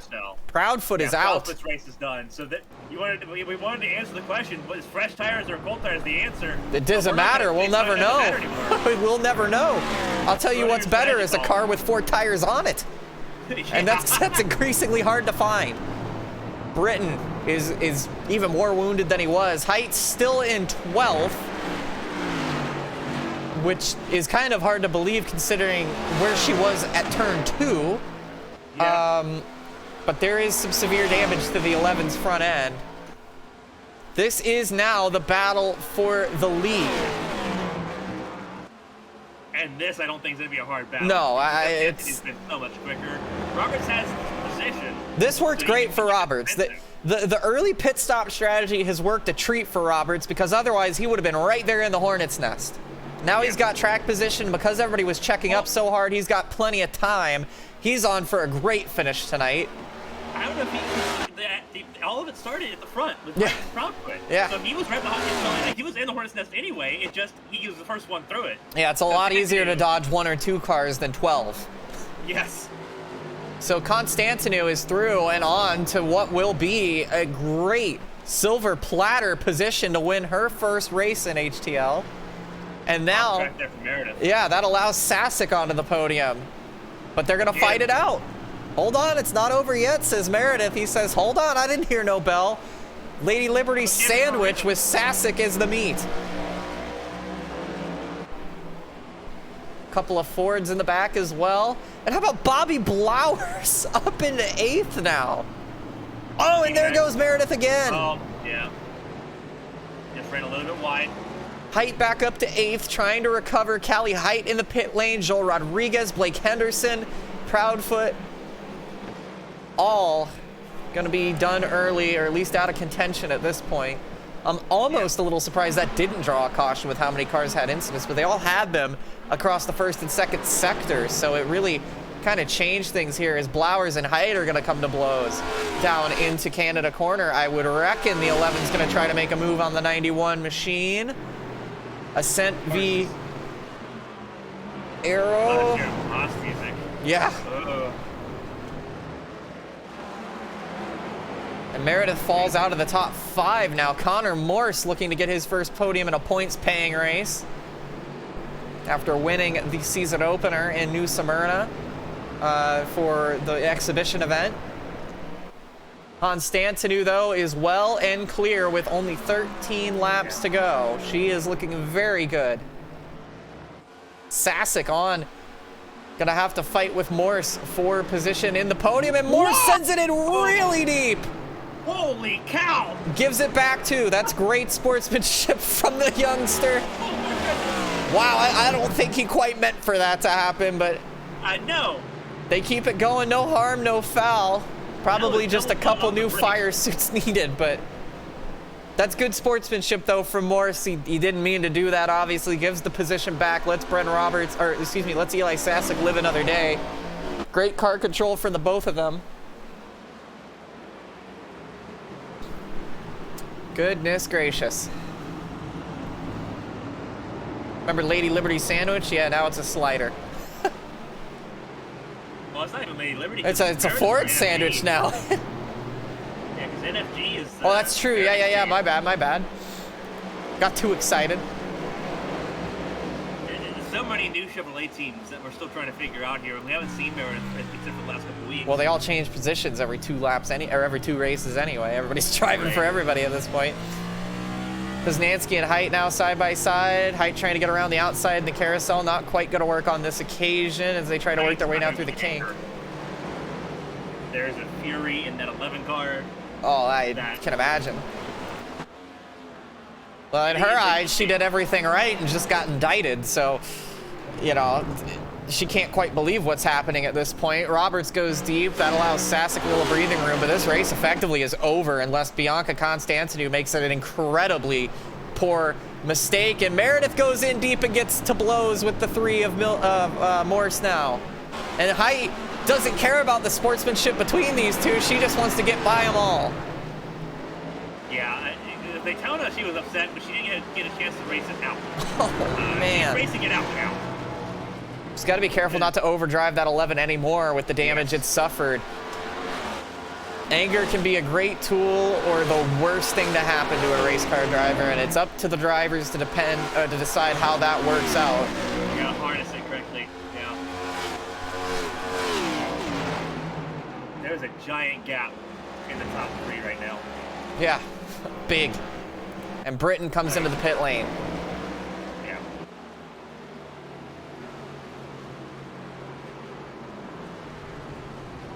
Morrison Height still going after it. Meredith goes off again. I think he got into a position where he's much higher up than he was earlier, trying really hard to keep with the field, and he's pushing himself well outside of his boundaries. Here comes Height looking on Morse again into turn 4. They make contact. They bounce off each other, but Height's going to be through, and Morse is going to go around. They both go deep. And so does Blowers and Poznansky. Everybody misses the corner in turn 5. But Morse is going to get the worst of it. Now side by side with Lilac Zier.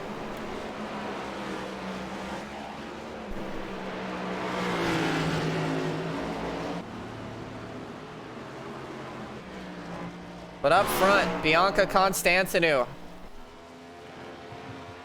We talk about badging, you know, is it 4 tires, is it no tires? It's dented. It's don't get crashed. Yeah. All the cars in the top 10 are dented. Yeah. Except for Bia, who has only had 1 off-track mistake so far. So, very quickly, we're going to look and see what happened to Caitlin Height. Yeah, there's the other Height already backwards, so I think this is part 2 of an ongoing situation here. So let's see. Height gets back on track here. What's happened to her? Did she have help, or did she lose it on her own? Because her and Proudfoot got together. Oh, no. Oh, Proudfoot. Well, yeah, I mean, Proudfoot was just kind of parking the bus, and they get together, and around they both go. Proudfoot was on cold tires. Katie Height got those tires fired up. Was able to get it hooked up in turn 3, but Proudfoot parked it, and Height was not about to lift. They were wrecking back there. The most have felt the sharp. So then what happens here?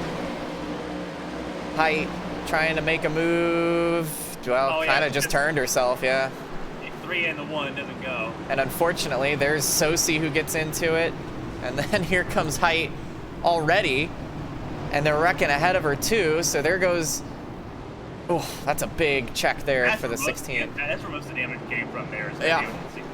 Yeah. Just a lot of unforced errors from a lot of drivers who we usually don't see making mistakes. Meredith's in the pit lane now. Eichler's in the pits. Oh, my, my, my. This race is flipped upside down, and it was a concern. I didn't want to say it, because I didn't want to jinx it, right? Mm-hmm. Where we've had the first half of this race was like, okay, we've had a little bit of chaos, but it's been a lot of fun. The second half of the race is where it's been mostly chaos, I think. Yeah. Just thank goodness we can't get a green light checkered here is all I'll say about that. Don't challenge him. Yeah. There's Lehman struggling a lot after. Yeah, he took a huge impact there. Again, it was mostly front end. But... Well, he got hit even before Height got in there, too. So it's not even all the damage from Height. It was just, they're just all bounced off everybody. It's pinball down there, as it tends to be, unfortunately, in these road course races towards the end. Constantinou, though, this is a great opportunity for her from the back to the front. Hasn't put a foot wrong all race, and while everybody in the front makes mistakes around her, she's capitalized on this. And that little off track she had earlier doesn't seem so bad now. In comparison, yeah. And Height will be able probably to recover to podium here, but her race chances look to be over. 20 seconds, that's not enough time, I don't think. Or that's too much time, rather, to make up. Might want to get the buzzer ready to... Since there are any swear words that might come out in the... Well, we only saw one angle of it, but I don't really know if she has anybody to blame but herself on that one. Drove in very, very deep, and A lot of aggressive driving in general. yeah, I don't know. It just seemed like she got in there really deep, whether it was a mistake or not really sure, but she'll get back on the podium, but she definitely feels like she probably should have won this race. Yeah.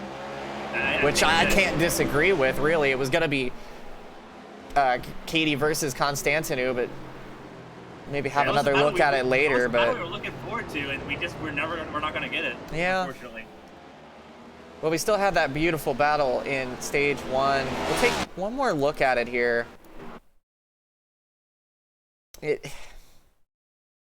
is a really good angle of it too. There you go. That's a better shot of it from high above. Yeah. Yeah, I mean. Pravka got loose a little bit on the exit, but Yeah, Katie just ran right through him. Yeah. Because there's a good because Katie already gets him once. Yeah, gets a shot there, and I think that might have been over aggression and frustration. She wanted to give him a shot and took both of them out. I think that's just. She was trying to move him and move herself to the process. Yeah, moved everybody. Yeah. So yeah. And that's understandable as a driver, but you know, gotta weigh your. Well, is it worth throwing away a race win over? You know. Potentially, of course, there's still plenty to go in this race. But you think about it for Katie. She's already got 2 wins. Yeah. And for Proudfoot, I don't blame Proudfoot for trying to be defensive there because he's looking for his first race. Well, Proudfoot didn't really do anything wrong. No, he didn't do anything wrong, but like he's trying to be a little bit defensive. He's trying to cover that inside line a little bit, which is why he's leaning to the right side anyway. He's looking because he's not in a guaranteed ride.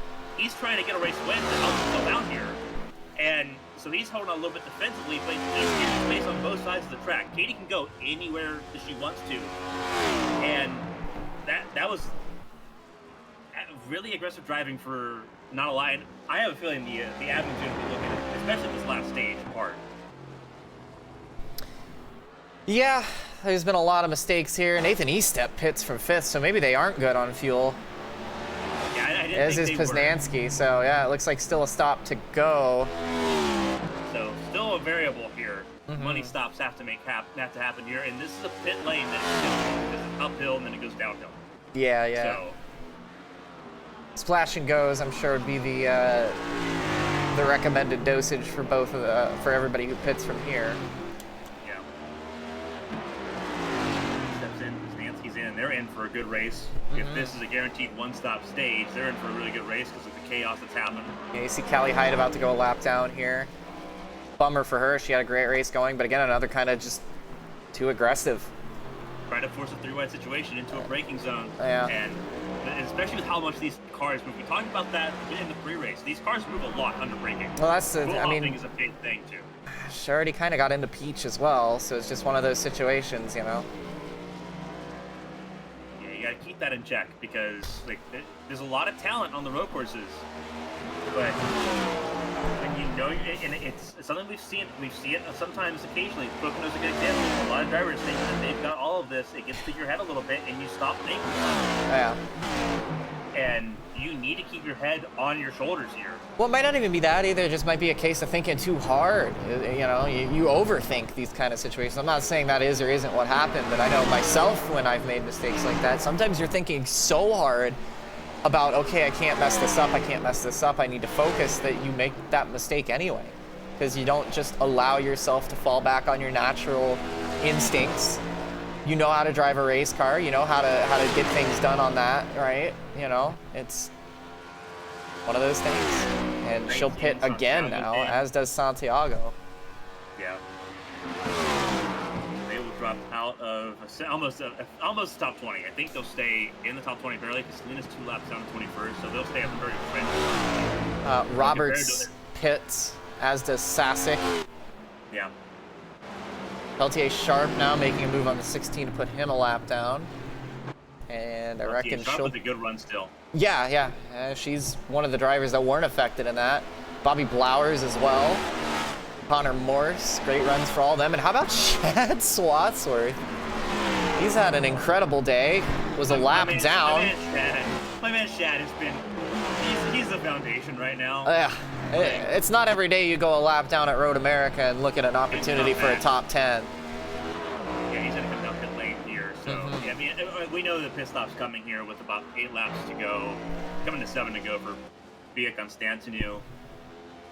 Oh, 18 seconds in hand between Constantinu and Katie Height too. So Yeah. unless Bia has a abysmal pit stop, she's pretty well got this in hand. Well, Height's closing a second a lap, which is just, it's about a second a just lap not too enough. slow, unfortunately for her. Sharp currently on the podium, but still has to pit. I imagine Height is going to stay out intentionally to try to overcut. Who was it that just pit? Excuse me. Yeah, it was Roberts, who, by the way, having a brilliant time right now. Yeah, Brent Roberts, he's used to being in the chaos, not watching it and being like in the eye of the storm and just being okay. Yeah.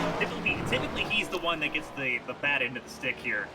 For those that follow us on Sunday nights in the HTL Cup Series from Hearts, Brent Roberts he's either really good or he's in really bad luck situations. So this is a change of fortune for him. Yeah, and he's Happy boxed. for him. He's boxed to come back out in 6th position and is in very good contention to steal a podium. Not even still a podium because he's been in the top 5, just not all race. So like on merit he's been up there. Yeah. Just having the couple of the leaders take each other out there. Height Katie pits Height. now. Yeah, Katie did not overcut there. Bia's going to try to stay out as long as possible. Well, was trying to overcut Roberts, I think, is who she's yeah. battling against. She's never going to get no, Constantinu unless Constantinu makes a big mistake. Yeah, because that's right. Because Katie didn't pit in the last. Yeah, you're right. Yep. So the question now is, when does race leader Bia Constantinu make her pit stop? I would say within the next 3 laps, I think. You'd want to respond. Of course, they're just taking gas and go, so or they usually. And there's not a lot of urgency in responding, Yeah. especially with Bia already having a 10-second gap. Clean air, plenty of room, no lappers in the immediate vicinity. I mean, she's made in the shade. The question right now, I think, is Commentator Sharp more than anything. I think it's more pivotal for her to respond to something. Bia's just running to whenever the field number runs out. Yeah. I think Lily would have to respond a little bit because she has a chance at a potential podium depending on how she plays that out. They're all kind of racing Brent Roberts and Eli Sasek at the moment. They are. They really are. Proudfoots is out of the race now, unfortunately, as well. So as a result of the shenanigans there. Conversation point. Yeah, Blake Henderson had enough time to get out of the car after his crash, chirp in Twitch chat, and then get back in the car and continue driving. So, yeah, he's had it. His season started off so well. 1st place finish at Daytona 300, and that is his only top 5. His only top 10 this season. He has been the epicenter of bad luck all season long so far. It's been so unfortunate for him. Car just missed the braking zone in the turn 5. Not sure who that was. I think it was Millsap, who's had a significant shunt. So. Yeah, I saw a flicker of red on my screen because I'm looking at the battle with Poznansky. Yeah, for P9 and P10. Yeah, I'm looking at this. Or P11. Right yeah. There they are. Zier in 9th.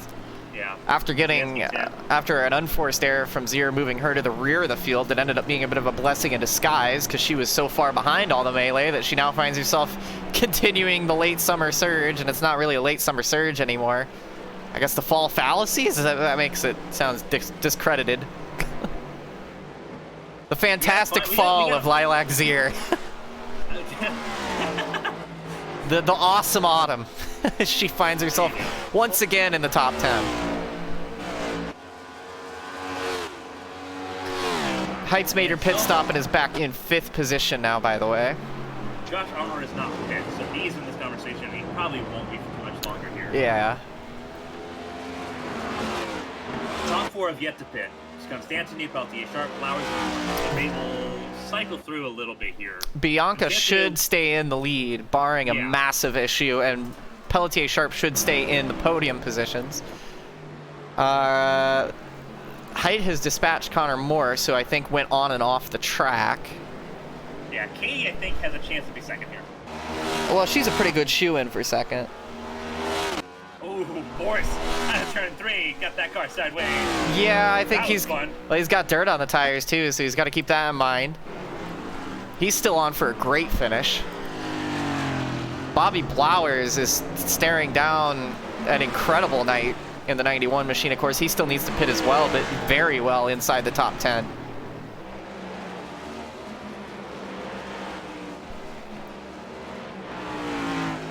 Six to go, but that's an awfully long time when it's a 2-minute 4-mile lap.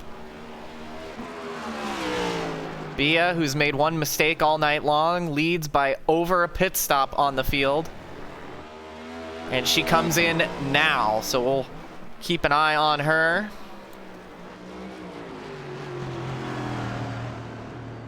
He is in. Does Lily come in same lap? They pit together. You can see how big of a gap she has on the field. Pelletier Sharp into Canada corner now. Yeah, huge gap here. Yeah, and third place is just now coming out of the kink and is in plenty of lap traffic. Yeah. And already in and out, a gas and go pit stop for Bianca Constantinou before Pelletier Sharp even gets to the final corner. Makes it pretty well straightforward there. Yep, and in comes Pelletier Sharp, so no response there, no bold mind games or strategies is not going to matter anyway. She's out and away and has over a straightaway over third place of Blowers, who also pits. Katie Height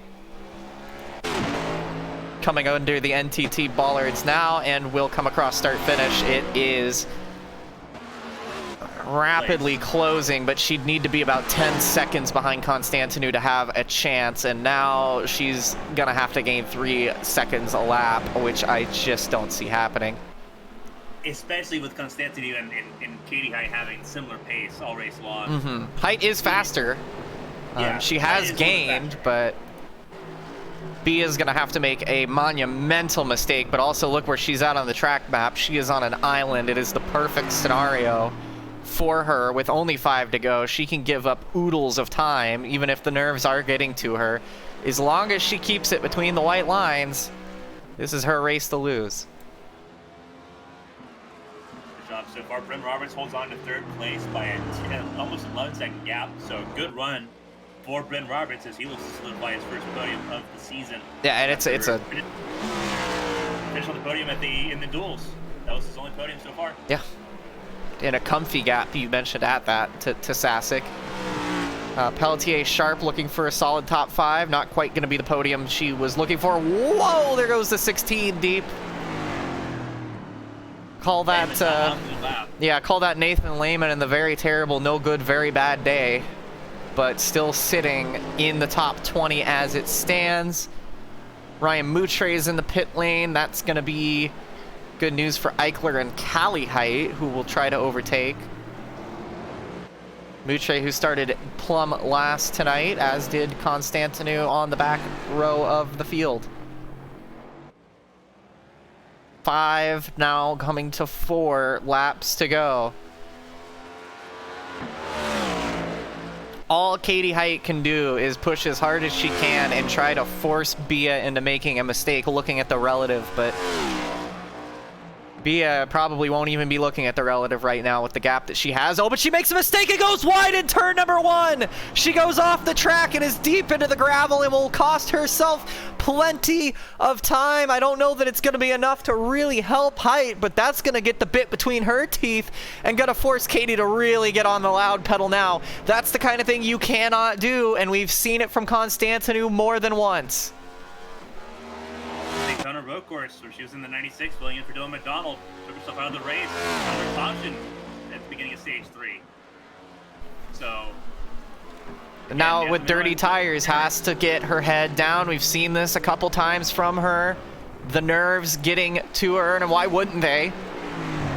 But she's put on a brilliant performance thus far tonight, and 12 seconds now is the gap, which is still asking an awful lot of Katie Height, but that one mistake, Bia's biggest obstacle now is don't get in her head. We say this a lot sometimes about Josh Gaiman, where, you know, what is his biggest enemy? Sometimes it's himself. Yeah, and on a night, not this way tonight. yeah, on a night where, you know, Kate's biggest enemy is herself, you know, Bia needs to not also be her worst enemy. You know, her nearest contenders, Gaiman wrecked himself out on the first lap. Height got caught up in a scuffle with the 28 machine, and now she's effectively very far on the back foot. Bia just needs to focus and run her race. And I'm not sure if it's nerves or just a misjudgment or she's thinking about the champagne and the podium interviews already, but she can't let that happen again because it only takes one more mistake and all of a sudden Height is in closing distance because, oh, by the way, she's still closing with 3 laps to go, which is still about 6 or 7 minutes. You gotta turn off all the distractions, turn off the relatives, turn off all of the black box equipment. Mm-hmm. You gotta almost go radio silent here for these last 4 laps. Sear goes a bit wide, but holds on to it. This is Height now coming through the final corner, dealing with Ryan Moutre as she makes her way through, as Bia now makes her way into turn 1. So that's the gap, the whole front straightaway. This is where Bia went off before. I'm sure she's gonna take it a lot more gentle this time around. Only 3 to go. A Romanian driver has never won in HTL.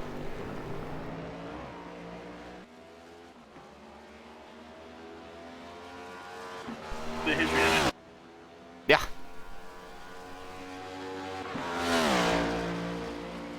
There is... ran through Bia's accolades earlier. 2-time winner in the ABN Champ Car World Series, race winner in the Arts Ignition Series, winner in the Screen to Speed Summer Cup. Among numerous other accolades. She knows what it's like to win. With about 10 miles left to play. And even though this opportunity kind of fell in her lap, she was very much going to be on the podium tonight anyways. And it may have had a shot to win it on just pace alone. So don't let any of what's happened here take away from the effort she's done to drive through half the field in 1 lap, get back into contention to win this race and put herself in a great position to go and battle for a race win and then not have to. So, yeah, a very bright star in the future of sim racing, and I hope one day real racing. Because otherwise that'd be an awful lot of wasted talent. Sienna going to Canada corner now. Looking to give Lady Liberty Motorsports its 2nd points win in HTL competition. Yeah, again, don't let that 57 fool you. Trading Paints giving us the finger tonight. It is the 31 of Kevin Gibney Jr., typically behind the wheel of this machine. And it will say on the scorecard, Constantinou in the 31 car, so keep that in mind. 2 laps to go. 8 miles separates Bianca Constantinou from her first HTL victory. The gap is stagnating a bit between her and Height. It's still in the double digits, but she still needs to just put her head down and focus here. Height just at the fastest lap of the race. Yeah. 209.03. But it's not going to matter unless Bia makes another mistake. But that's what Height needs to do. Height needs to force Bia to make another mistake like she did. She needs to disturb the thought process of Bia and make her... Yeah, you need to play mental games. Yeah, you need to make her think, oh God, she's gaining. Oh God, she's gaining. What am I going to do? What am I going to do? And then before you can even consider it, you're off the track. That's what she's doing what she needs to do here. She's well clear of Bren Roberts as well, so if she even pushes herself into a mistake, she won't lose second. Something concerning. And I'm seeing, and that's more brake smoke from the 31 car. Yeah. I'm seeing more brake smoke, and that's a concerning thing because she doesn't have to brake that late. You're seeing a lot of wheel hopping as well. That car is very dancey at the rear of the car, a lot more dancey than it probably should be at this stage. Knowing you've got 10 seconds in hand, she should be okay. I think it's just... She should be okay, but like it's one of those things like that's a ragged edge where if you step over, especially with less than 2 laps to go, you don't want it to be... You don't want it to come down to this. How about Suzuka for debut in ABN competition? Yeah, I had a brilliant run going. Was going to finish on podium. 130R on the last lap, which those that don't know, the penultimate corner of the racetrack, made a massive mistake, totaled the car, finished outside of the top 5. But she's learned a lot since then, Carmen, and she took that on the chin and she kept moving forward, went into the Summer Cups for Screen to Speed. One of the more driver-oriented events in that series, which was the MX-5s at Laguna, and absolutely dominated put on a great performance and beat out drivers like Saoirse Fitzpatrick, who was the champion in Las Vegas in the LAN event there. On to go, presented by Henderson Graphics. Mm-hmm. Constantinu, front of the field by 10 seconds, almost flat. And here's the thing about that too, Carmen. That fuels you. Those mistakes, those things that can keep you out of victory lane, it only fuels you more. You know, and she is an aggressive driver. We rode on board with her. She drives these cars so much on the edge, and she doesn't know anything other than that. She cannot drive a car, you know, gently. And the way that she manages to drive the car without overstressing the tires so much, and how she can get everything out of it with letting the back end hang out like that, letting it slide around like that, it is very impressive, because most drivers who drive like this burn through equipment like nobody's business. And she's not the best in the business at saving tire, but the way that she drives and the way that she extracts the most out of these cars, very impressive stuff. And she's not historically good on stock cars. This is not her forte. So to come out tonight and run in a top 3 pace all day long, she wasn't the fastest car, but she was in the podium all day long as far as speed went, ran as high as second. Now she finds herself in the lead after all of her strongest competitors either beat themselves or ended up getting snake bit. And with only a couple of corners to go, I don't know what time it is in Romania, but I have a feeling if anybody there is sleeping in that household, they're about to be very rudely awoken. She won her first stage in Daytona, unfortunately never had the opportunity to capitalize and win the event. She slides her way through the penultimate turn here at Elkhart Lake, and on a track that is known for making history and making memories, she really lets it hang out in the last corner. A celebratory slide. Bianca Constantinu will win it here for her first career win in HTL, and that's got to be one of the best things I've seen in a while, Carmen. And the celebration waits for nobody. Lady Liberty gets their second points victory. You gotta be careful in the celebrations. You gotta make sure that she's not impeding any drivers. Yep. So she might want to get off into the runoff areas here. Oh, I think she's working on it. And look at that.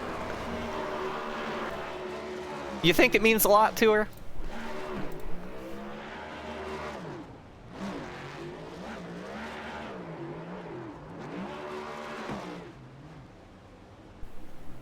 How about that? We saw her finish second. Bren Roberts finishes third. Great run for him. Sasek as well, going to come home, just cross the line in fourth. Zier fifth, just ahead of Pelletier Sharp, who's going to miss out on a top 5. Estep and Poznanski, teammates here, battling each other. They will finish 7th and 8th. Bobby Blowers is going to hang on for 9th. Morrison Snyder. Yeah. Still good runs for them, nevertheless. Blowers with a great top 10, reigning champ. Meredith just gonna hang on over Swatsworth.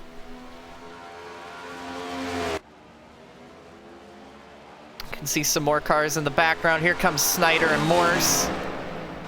Josh Arnold in Canada corner now.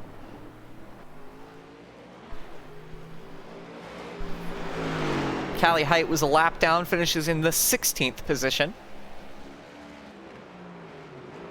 Josh Arnold going to have a solid run here for 14th, and Apperson a bit behind is the last car, I believe, going to be scored on the lead lap in 15th.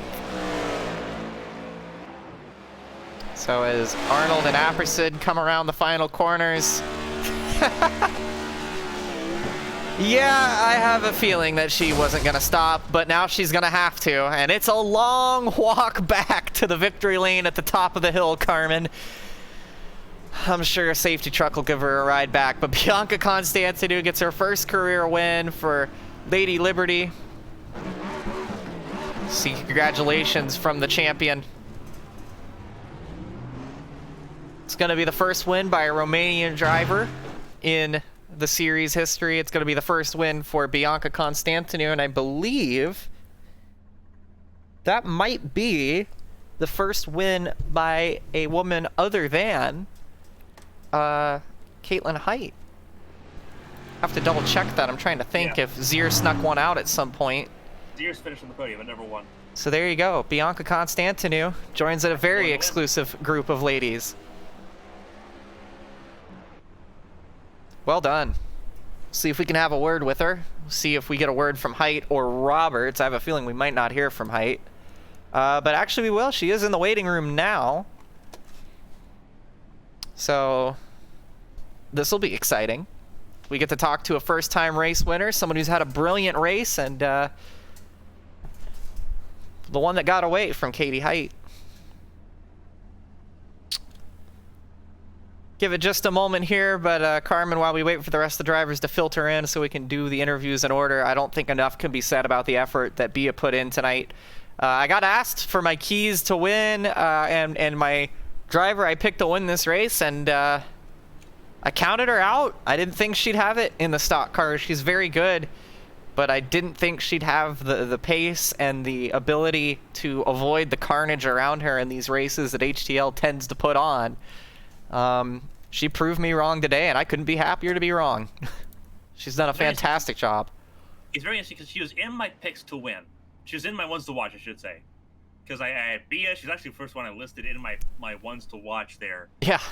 Because we knew how fast she was going to be. She's got that talent, that natural talent just kind of oozes from Bia. Just you can tell just how she carries herself. Like there's no, as much as she can let it go, when she's on it and when she's able to be consistently on it, she's so hard to beat. Starting from the back of the field was a concern. Mm-hmm. And it's a fair concern no matter what, but Bia was forced to start at the back of the field to serve a penalty. So that was a huge concern, I think, going forward here, whereas Proudfoot, Height, and Gaiman were all at the front of the field. So those were easy ones to pick. That was that was low-hanging fruit there. For Bia to not only come from the back of the field, survive all the onslaught that she had to go through more than once to get to that point is a phenomenal accomplishment for her. Because this is a 36-car field. It's a field that people legitimately put time in and invest so much in to go home. For Bia to be able to survive that onslaught at a track that we've now seen two pretty chaotic races take place. This one more chaotic than last season. For her to come up on top, but and show that she's got that pace, pure pace, second fastest car on track, behind just Caitlin Height. And really the only other person in the 209s in the time bracket. Fully impressive. Mm-hmm. And didn't, outside of that one excursion off track, didn't put a foot wrong. Didn't seem out of control. It's one of those things where it's very easy to be quick, but also seem out of control, seem very unstable. She had a decent control of that. As concerning as it was at the end there, she's had the chance. We've been able to watch her over the last several months learn her limits. Well, on top of this too, she had enough pace to build herself a gap so that if something like that happened, it wouldn't be the end of the world. She's backed herself up into a lot of positions where that's not an available option. She took a great advantage of Caitlin Height's mistake, and she pushed herself into a position to be able to capitalize, and I think not enough can be said about that. But we do have Bren Roberts on the other line here. Bren, this is Kristina and Carmen in the ABM booth. Do you have a copy? Yeah, I got you. It's been an exciting race for car number 33 tonight. A little strategy, a little bit of survival, but running very strong all night long, and you end up with a podium. Walk us through your eyes. It was a tough night. It definitely wasn't my best performance. But to get P3 out of that, especially behind Caitlin and Bianca, I mean, they were so fast, and to be the best of the rest, I guess, is, it feels like a win, to be honest, especially here. I hate giving up stage points like I did, but I wasn't going to get them anyway, most likely, so I just short pitted both times, and it worked out. I stayed in front of the wrecks, and at one point, everybody around me wrecked, and somehow I got through, and I was like the only car, so luck was on my side, for sure. And we all know, for the way that HTL is, you need to have a little bit of that to be able to perform well, and you had the pace to back it up. So it is now your best finish, backing up your fourth place finish at Daytona to kick things off this season. You now have finished third. So that's your first podium of your career here for 1MA as well. So a great effort there, Bren.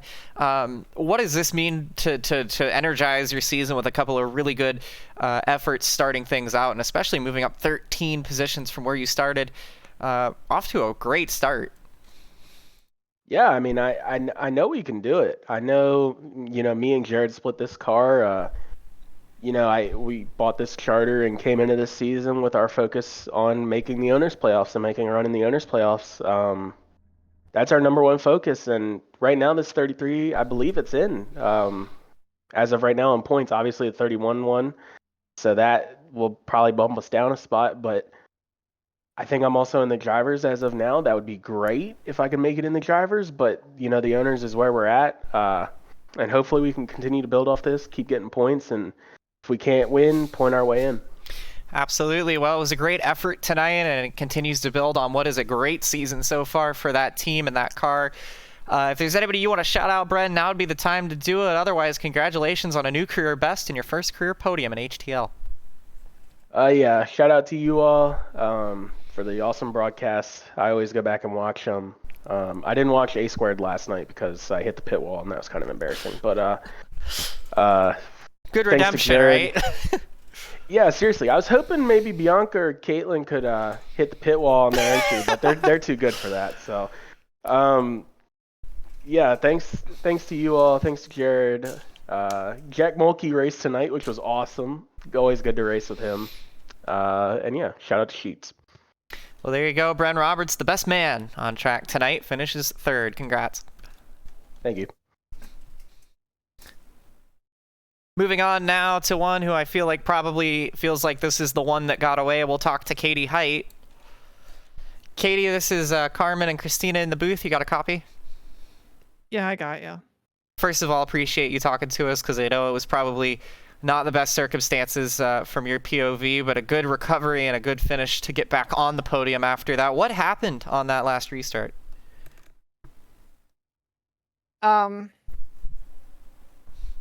Well, with the rules, just the leader, not everyone has to go on green. There's no advantage for the leader, so Brandon just was able to get a better entry into turn one, squeeze me a little bit, and then just sort of was able to cover me off going into three, and he got a little bit slower on the apex, and I just ran to the back of him, and the car does that weird thing where it unloads and you just automatically spin out. I don't know. Sorry to Brandon there for getting into him, and I owe him one. Just I hate that, I had a great chance and great pace, and I just threw it away. And I mean, suddenly it's like story of my life right now. So So to clarify, that was not an intentional move, no aggression there, just unfortunate to get together a couple times headed into that corner. yeah, I was just trying to stay right there, maybe get a run down the long backstretch. I didn't try to do that. It just was what happened, and it sucks. And, I can go on and beat myself up about it for the rest of the night and whatnot, but you sort of get the picture. Yeah, it was still a great recovery. Of course, you got pole, you got some good stage points as well. Obviously, went for a good strategy and would have been on for a good battle with Bia, but you've got 2 wins in the chase. What is the thought going forward now? So, because you're already locked in, you're currently leading, you're tied all time. For the winningest driver, there will probably be more opportunities looking at it like this. What does this mean going forward now? Going forward, it's just not screwing up, not making enemies, which, that's what I've been doing so far. So, just, I don't know, just, I have to stop or just stop racing. That's all there is to it right now. Well, still a great recovery and a P2 and a good effort for the number 11 team. If there's anybody you want to shout out, now would be the time to do it. Otherwise, a hard-fought race, but a good result overall. Yeah, just want to thank everyone in HTL for all the admin work. Both of you oh my God, I'm losing my voice. Both of you up in the booth broadcasting each week. It's top quality and always fun to rewatch. And instead of a shout out and thank yous, I just want to say sorries to, well, first off, Brandon, and sorries to you, Emily, Lexi, Callie, all of you for, well, you would know. So yeah, there's that. So yeah. Well, there will be other opportunities, and there will be plenty more races for you, Kate. Sorry it didn't work out tonight, but I'm sure, can't speak for Proudfoot. I'm sure everyone is happy to accept the apology, though. Keep your head up, and we'll see you next time. All right, thank you. So last but definitely not least, it's been a minute since we've talked to her, but I am chomping at the bit to have a word with Bia. B, this is Kristina and Carmen in the ABM booth. Do you have a copy? Yes, I do. Hi. Hi. Well, we knew we'd talk to you at some point, but maybe not quite under these circumstances. An excellent race from the back to the front. Walk us through your day.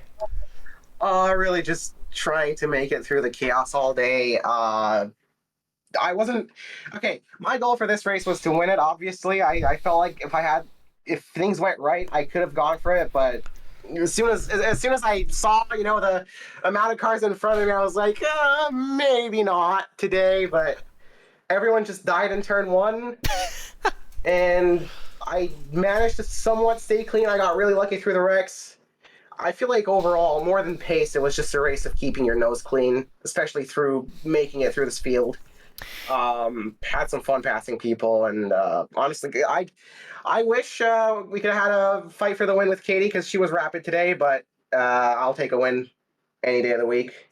Yeah, it was a really, really strong effort. You passed half the field on your first lap, basically, to get up through there. You mentioned keeping your nose clean. Only 2 mistakes all day, but that last one, we got to talk about it. What happened going into T1 there, and how scared did that make you for those final couple laps?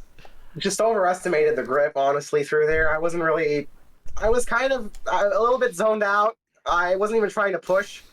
Just car did not grip the way I wanted it to, and I wasn't really worried about it because I saw I had a big buffer behind me. But after that, I kind of just took it really easy to the end. You saw the gap close, just making sure to get it all across the line, and yeah, just trying not to die because I've lost races this way, and especially with the last pit stop, just trying not to speed. It was more so than actual, performance. It was just not dying. This was the whole the strategy of this race. Yeah, especially being fairly new to the stock cars, I imagine.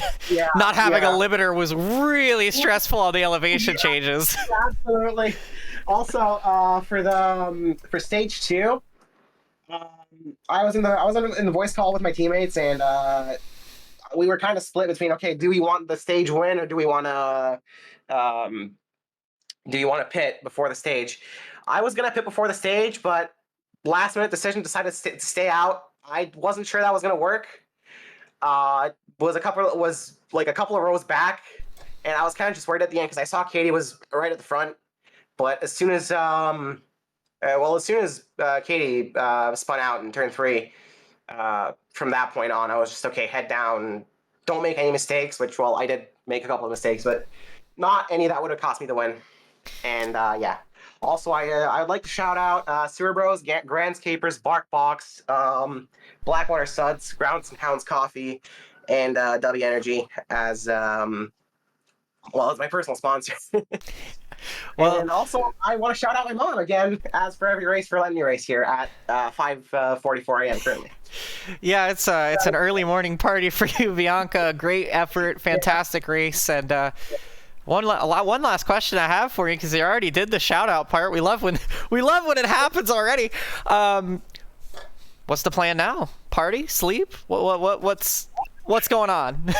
Well, I did have a can of Green Monster Energy before this, so I'm not sure how I'm gonna sleep. It did help me win though. Just gonna have fun on it. I mean, might go to sleep. I don't know. And yeah.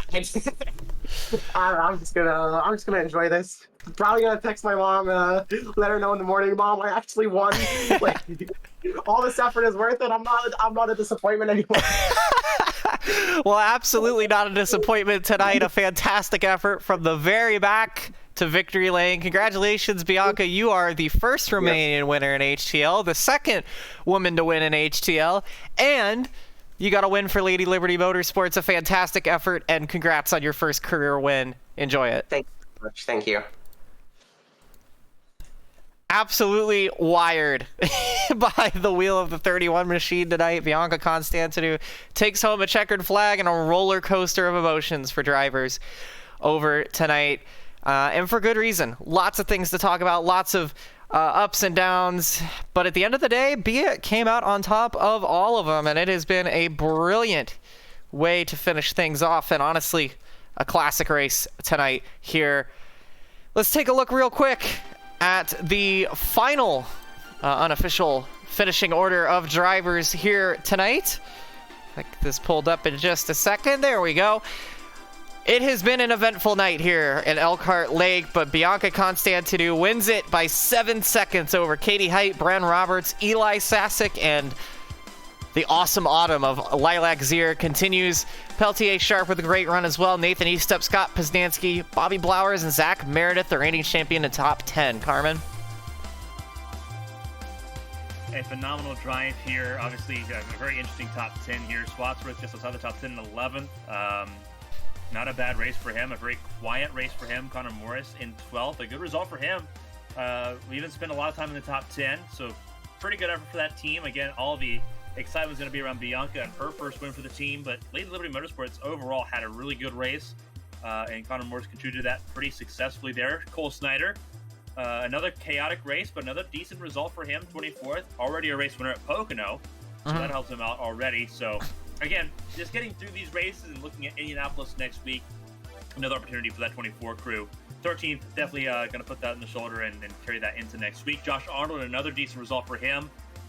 55 car, 14th place. Zach Apperson breaking through, getting into the top half of the field here. Tombstone Motorsports, again, another abysmal race overall.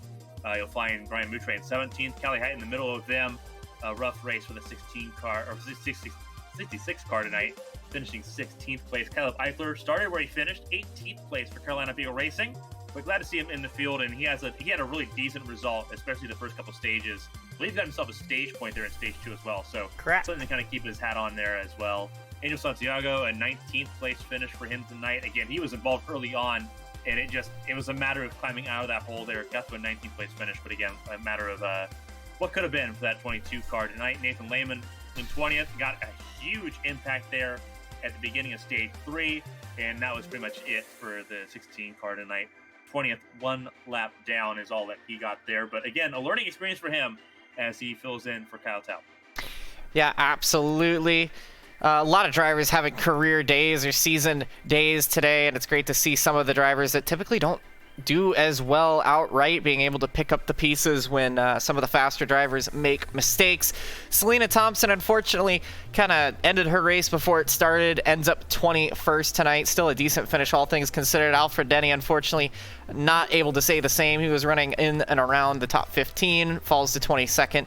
Likewise, Millsap, who just had a miserable day, unfortunately, in the 13 car. He'll end up 23rd. Blake Henderson is going to be a very busy man tonight, but 24th for him. William Britton ends up in 25th, did not finish this race, nor did Joel Rodriguez, Brandon Proudfoot, Josh Sosi, John Hagan, Bryce Bohr, Hunter Peach, Jack Mulkey, Hunter Whitlock, John Adams, Chris Pendell, or Josh Gaiman in what has been a heavily attrition race. We talk about Gaiman being his own worst enemy. He only took a couple of corners to do it tonight, unfortunately for him. There's plenty of controversy in and amongst the 36 drivers that took part tonight, but one thing's for sure, they are all unanimously happy to see a driver on a limited schedule go out and get her first win. We saw AJ Allmendinger win at the Roval. It was a feel-good story, and another one tonight with Bianca Constantinou on the top step of the podium for the first time in her HTL career. Congrats to her. Congrats to Kate on a good recovery for second, and fantastic congrats to Bren Roberts to put in another fantastic effort and a new career best finish for him as well. That's it for us here at Elkhart Lake. We'll see you next time out. Well, maybe we'll see you next time out. It might just be me because our old girl Carmen's going to go ahead and give it a shot herself and try to make the field in Indianapolis in 1 week's time. And we go from one of the best road courses in America to the mecca of motorsports in America at Indianapolis. We hope to see you there. From Carmen, Sienna, I'm Kristina Ryan. Thank you so much for joining us on your Monday evening. Stay well, and we'll see you next time.